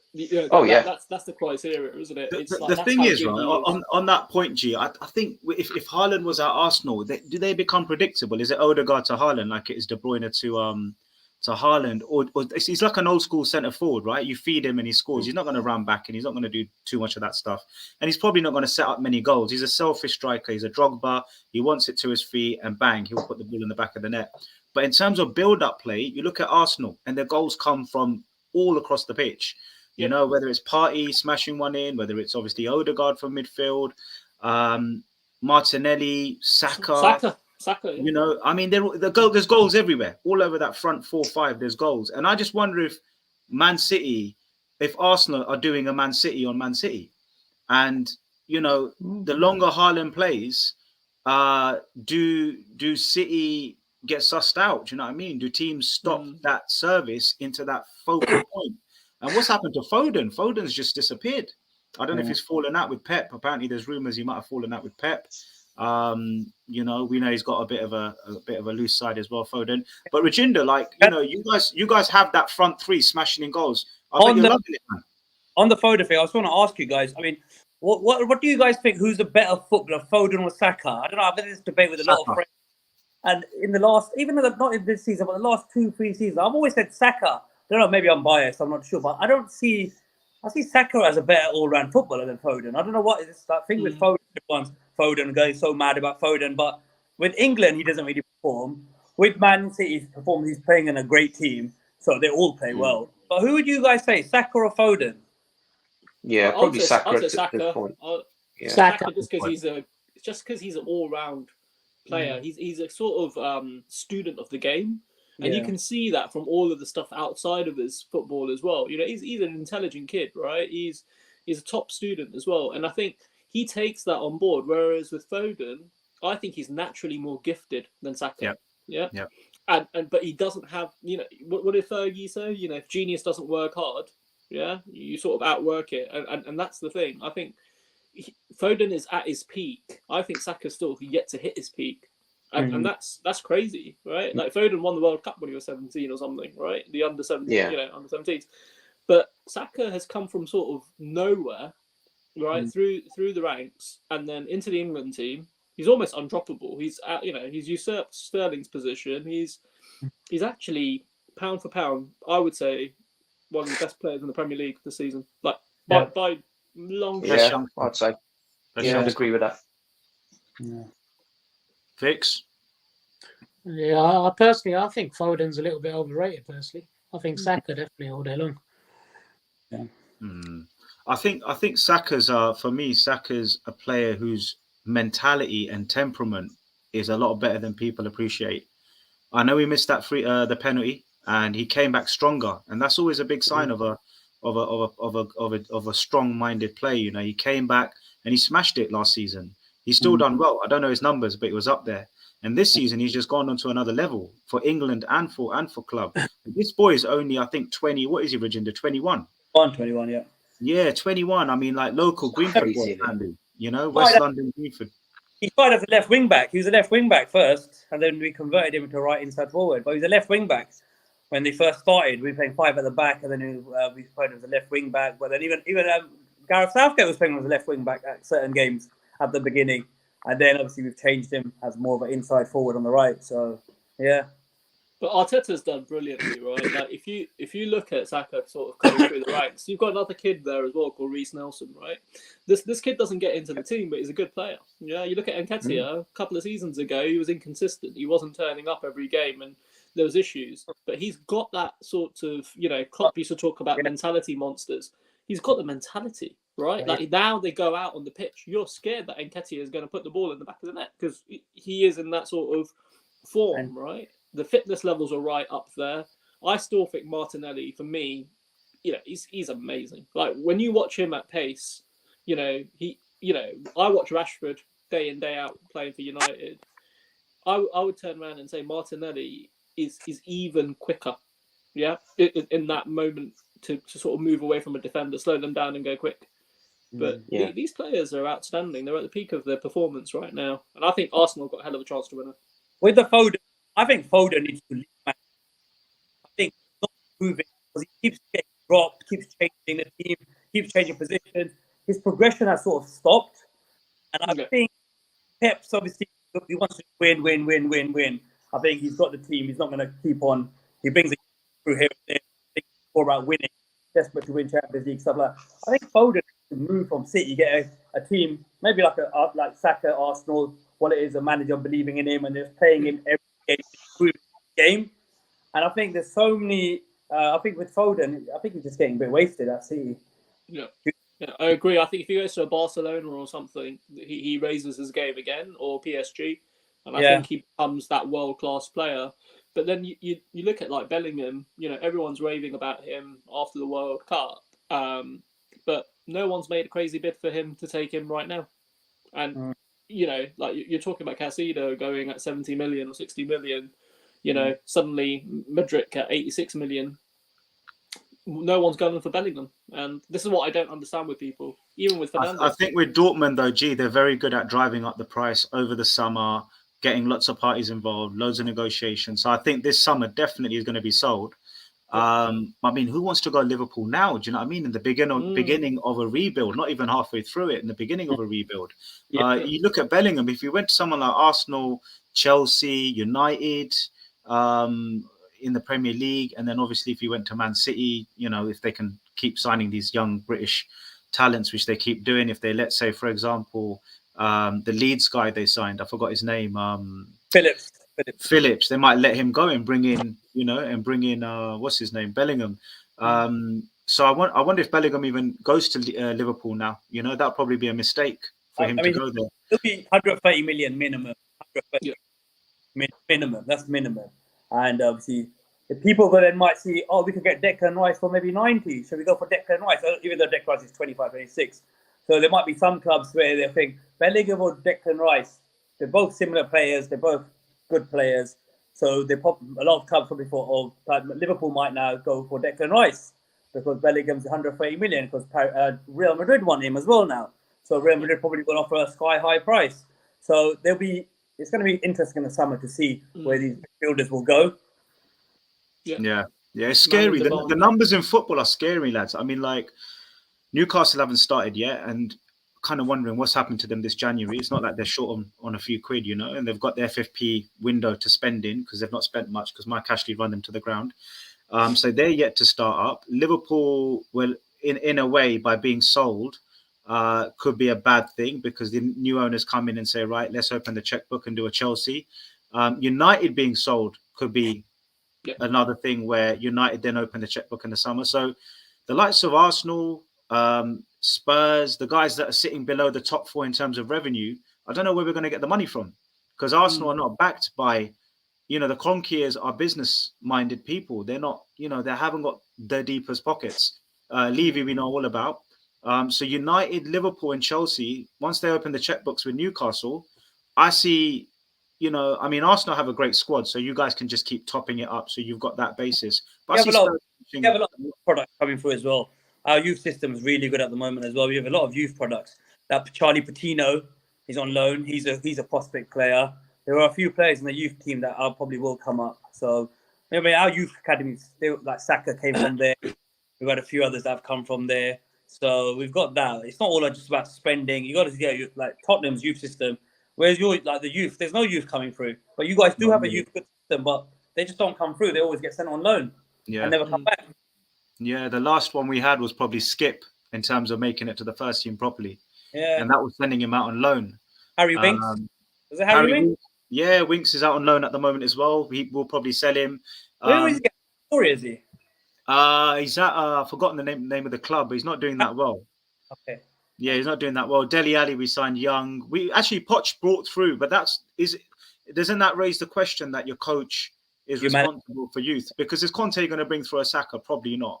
Arteta is bringing through Nielsen, Nketiah. We've gone through a few. Then even the other young guys you've bought, forget the academy ones, he's improved them as well. The likes of Ben White, and Ramsdale. So this begs the question: is rather than throwing money at it, do you go for the coach, the Eddie Howe style young coach who understands, coaching better than the sort of ruthless Conte? And Eddie Howe's done to Joe Linton. He's done to Shaw. He's done to Almiron. You know what I mean? That's just what he's done there. He's just an incredible coaching. That's incredible.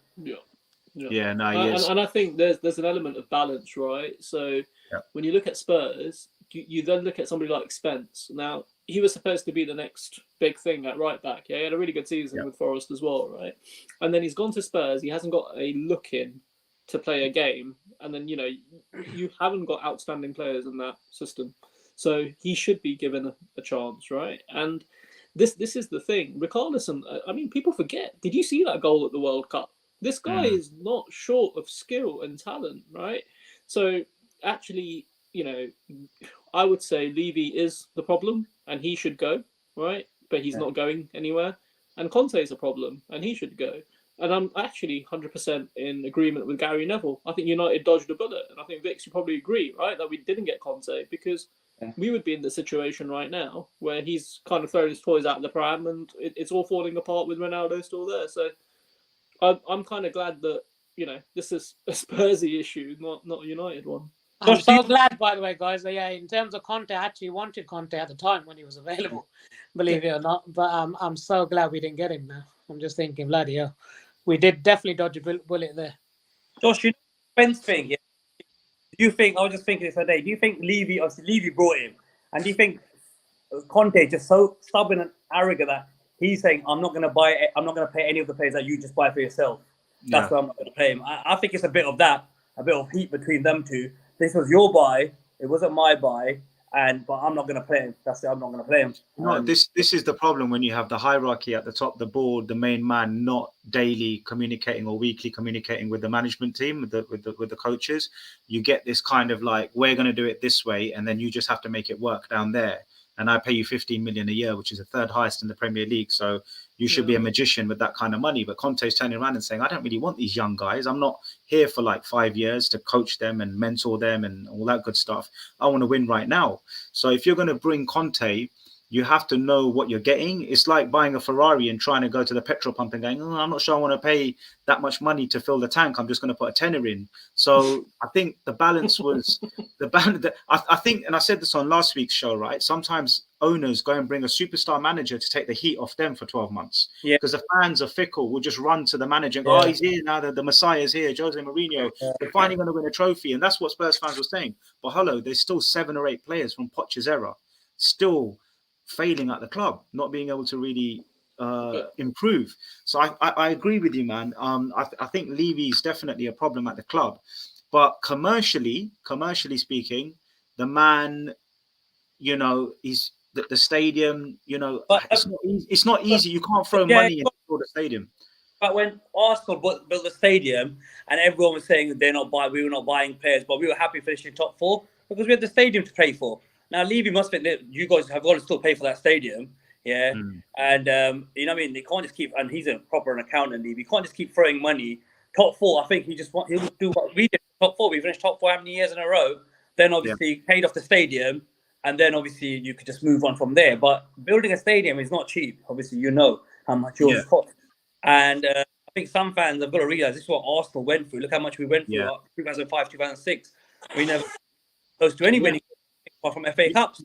The thing is, the stadium's on long-term debt. I think it's 2.1% or something fixed, and it's like he's got a really good deal on it. Basically, Levy being Levy, he's financially astute.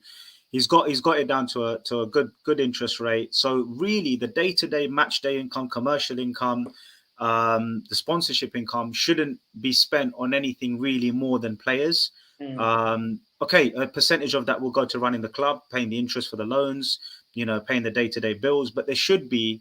I mean, FFP allows you to spend around 70% of your income on transfers and players and agents' fees. So Spurs bring in about 400 million a year in turnover. That's including everything. Turnover is 400 million. You got your concerts rolled into that as well, potentially. I don't know if that's different accounting, but let's just say it's 400 million. On 70% of that, Spurs should be spending around 250 a year. So that's your January window, 100 million. And 150 million in the summer. That's what I expect from Daniel Levy. Is of that 400 million, going to spend 100 in January or 75 in January, because I know clubs don't sell their best players. But in the summer, if Tottenham don't spend 200 million this summer, then something's not right. Because just from the match day income, the Champions League income, the NFL money we're getting, the Lady Gagas, the Anthony Joshuas, I mean, I don't know how much they bring in. Yeah, no one really knows, right? But whatever it is, it's all got to add up. It's all got to add up and go back on the pitch. And I think with Levy, it's more him selling the club than spending, But, and yeah, he wants to yeah. keep the coffers nice and full. You know, he wants to go out there and he wants the cash flow in the bank. He doesn't want to be coming down to the baseline of that. So he's a very pragmatic man in that sense. And until we get a Saudi Arabia backing, well, not Russian now, not anymore, anyways, an American backing or whatever backing, right? Some deep pockets.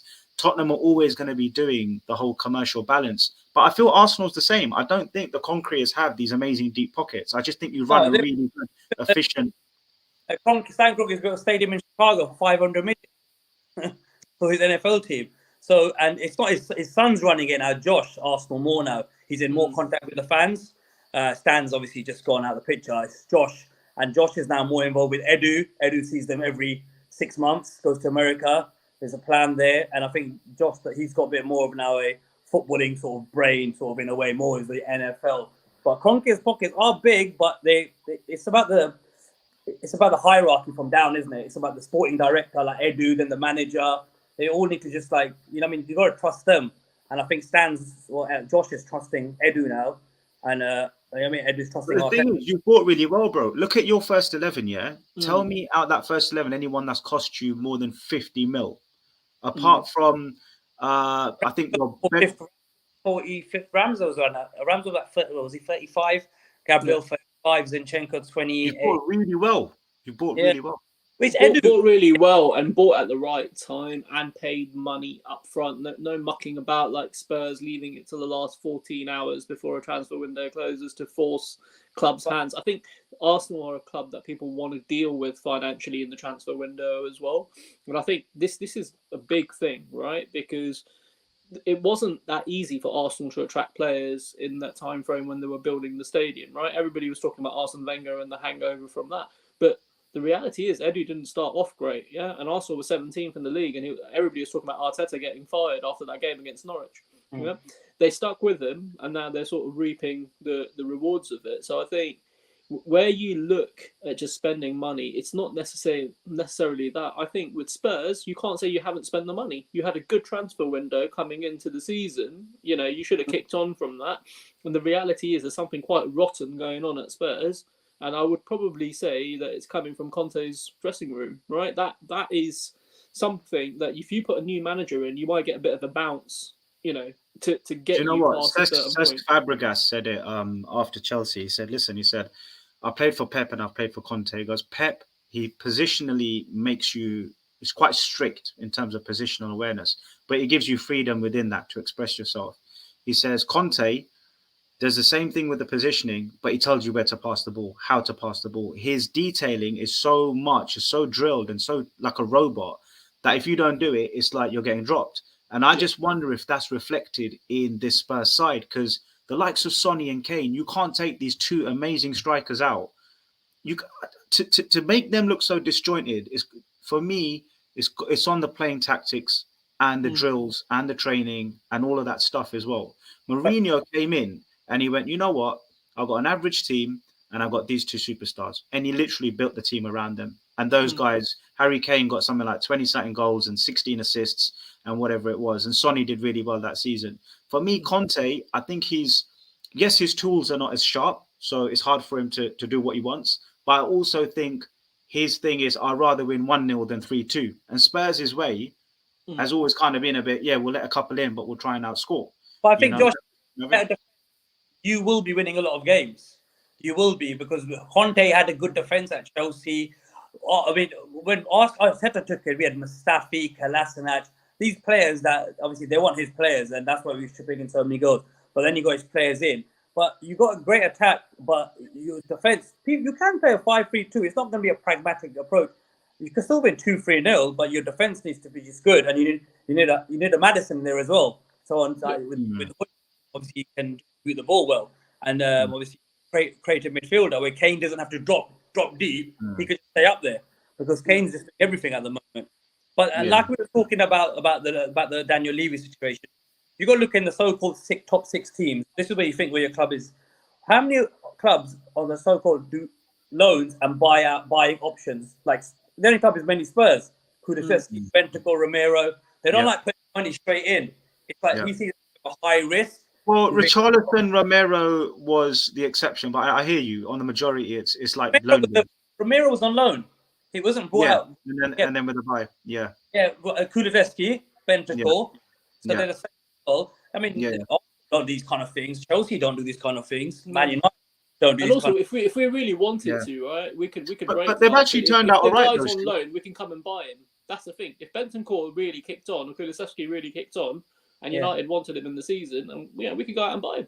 We can buy him from his parent club in this. It's a risky strategy. Where it works is obviously where you spend 50 million, the player's shit, and you're thinking, shit, I've signed this 50 million pound player, I need to get rid of him. That's where it works, right? Because that's the risk of football. That's the risk of football. That's what you take. That's where you're scouting system. But the problem is this, guys, is Levy and Paratici, or Levy in this case, because I don't know how it works. Who knows how they do it? But they've proven this loan to buy option is working. And Porro, if he's a hit, the stats don't lie. You know, the facts are there that these players came in as loan players. That's something to prove. So they proved it, and they wanted that 100 grand a week, and they played towards it. Well, that's the thing. You're saying that it works, but it's stopping you buying other good players because you want to follow that model of buy players. There's a balance. As a balance. I hear you. Like Skriniar at the moment, we're dying out for Skriniar at the moment. If they offered you Maddison, he'll go there. Can I do this with Maddison? That. But you could just go and spend. You got the money, like you said. Look, you should be spending 250 million. You said in each transfer. Yeah, that's what I expect. Yeah. So you should be doing loans and buyback clauses, all that kind of stuff, whatever the first option sort of thing. Because say if you don't get top 4 now, Kulusevski probably saying, "I'm going to go somewhere else. I'll go back to Juventus. Someone else will bid for me, and I'm not going to pay for a club that is in the Champions League." And obviously, Juventus need the money. It's a very risky way to do it. Yeah, but also, Josh, I don't think you're a million miles off. I think if you get rid of Conte, which is going to be the first thing that's going to happen, he's going to naturally go himself or, be pushed. You go and get somebody like Bastoni. You tighten up the defence with Romero. Dyer is... Yeah, well, a couple of players short at the moment, yeah. The thing is, like, Bastoni, right, it's an interesting one. We went for him, as per all the online reports, but he didn't want to come. His heart was set on Milan. Yeah. So what do you do then, right? Then you go to your B player, a bit like how Man United went through their Bs, and you say, right, who's your B player? And this is where it's frustrating because it's like, what's the B?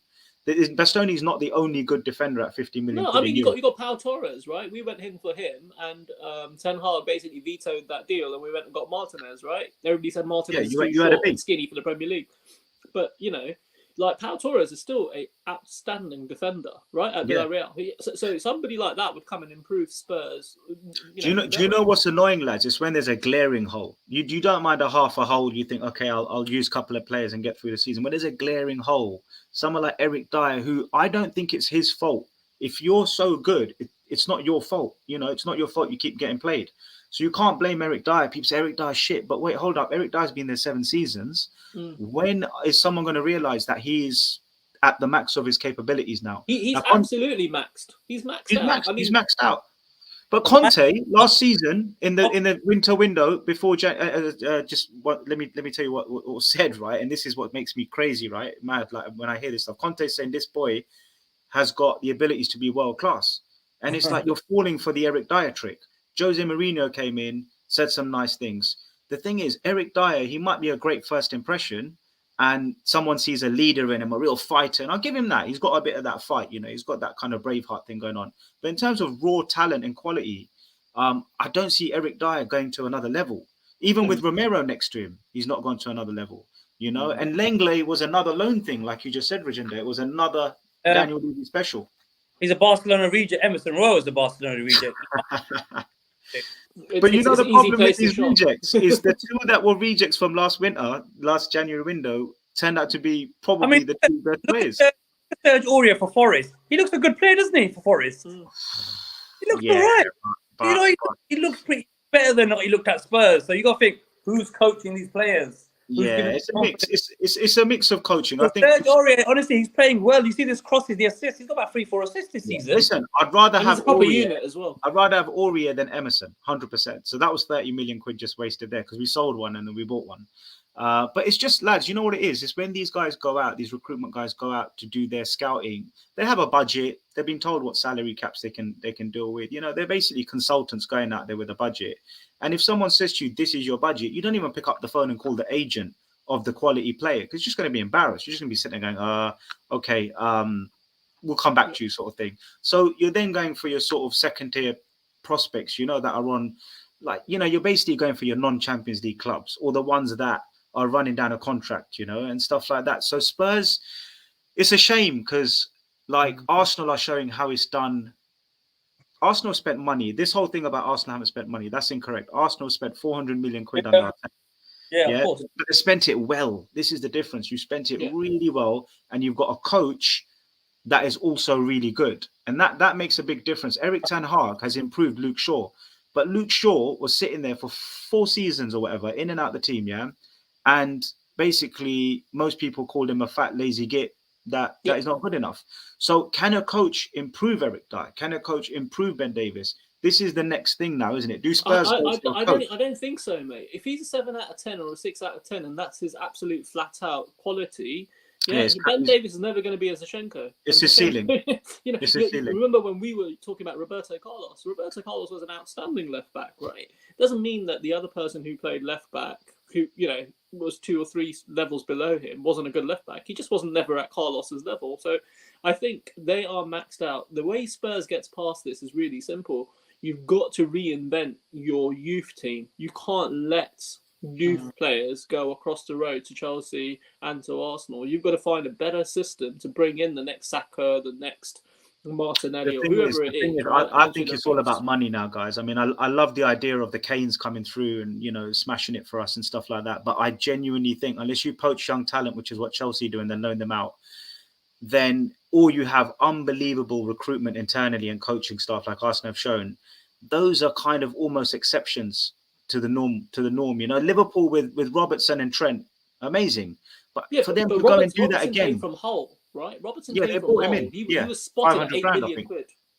Whatever it was cheap. But what I'm saying is, if you've got a Klopp and you go out there and buy these youngsters, you can trust in Klopp or Arteta to do a bit of magic on them. Even Ten Hag, you put that in Pep. Yeah.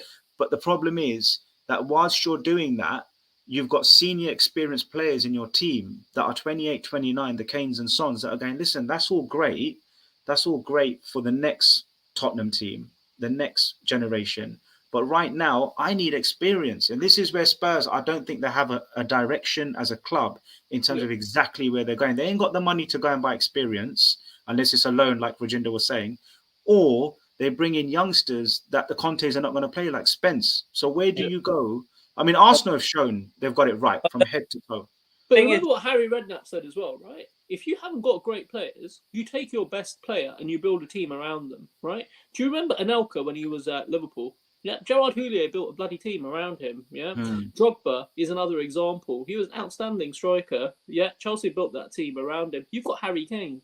You've got Son. And that's what Mourinho did. He tried to build a team around him. But yeah, Rajinder, you were going to say something. Yeah, but what I was just going to say, the final thing, I've got to go as well. What it is with Levy, you want to obviously a process. It won't happen because those players that he's the manager, the new manager, whoever it's going to be, whatever, Conte, those players he wants to move on. But Levy will only move them on for the price he wants. Ozil got rid of. We gave Ozil away. We gave Aubameyang away. Mustafi for 5 million. We paid 40 million for Mustafi. Kolasinac for 18 million. We bought him for 3 million. We just got them off our books. We just want them off our books because we want to move forward with new players and new ideas. With Levy, someone comes in for, say if someone wants Dyer, he'll say, I want 25 million for Dyer. something stupid like that. Dyer's worth probably 12 million, 13 million. Or for Emerson Royale, you bought him for 32 million, he'll say, I want probably 40-50% of that. I want probably like 15, 16 million. Or he'll do a swap of some sort. Like you'll just try Lamella something or whatever. Levy he wouldn't just like give someone for a price because I want to improve the squad. I want to get him off the wages. But he wants a return on the investments that he's invested in his players. On each deal.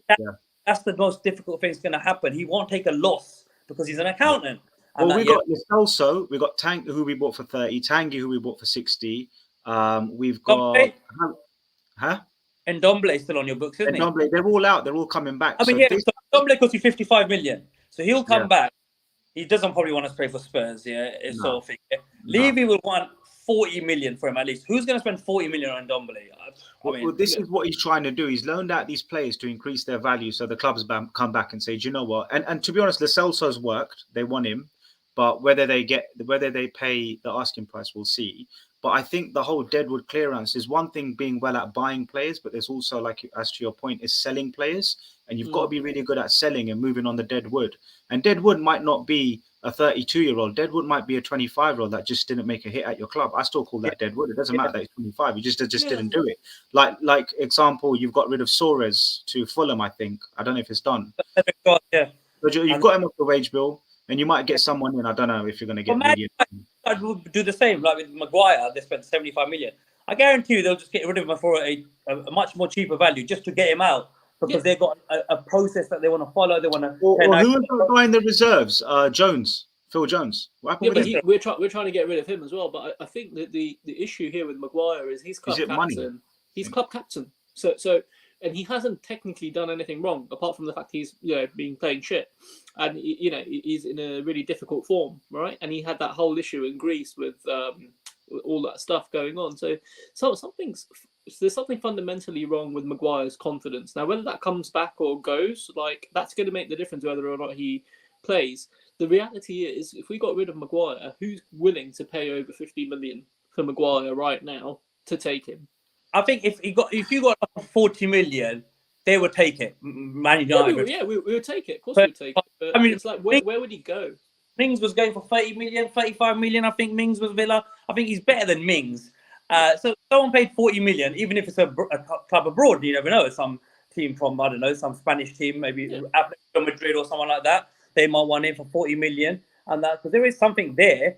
But Man United will take him. If that was like Levy say, I paid 75. The thing is, right, lads, say, I don't know what Maguire's on, G. What is he on, 200 grand a week? I don't know, roughly. I mean, we paid stupid money to get him from Leicester, so he'd probably be on whatever he wanted to be on. So, yeah, okay, so yeah, because Leicester forced your hand with that, right? So the thing is, if the player's on 200 grand a week and he's not worth 200 grand a week, Tanguy and Ndombele, 200 grand a week, same as Harry Kane, not worth it at the club, no chance, 100 grand a week. On 350.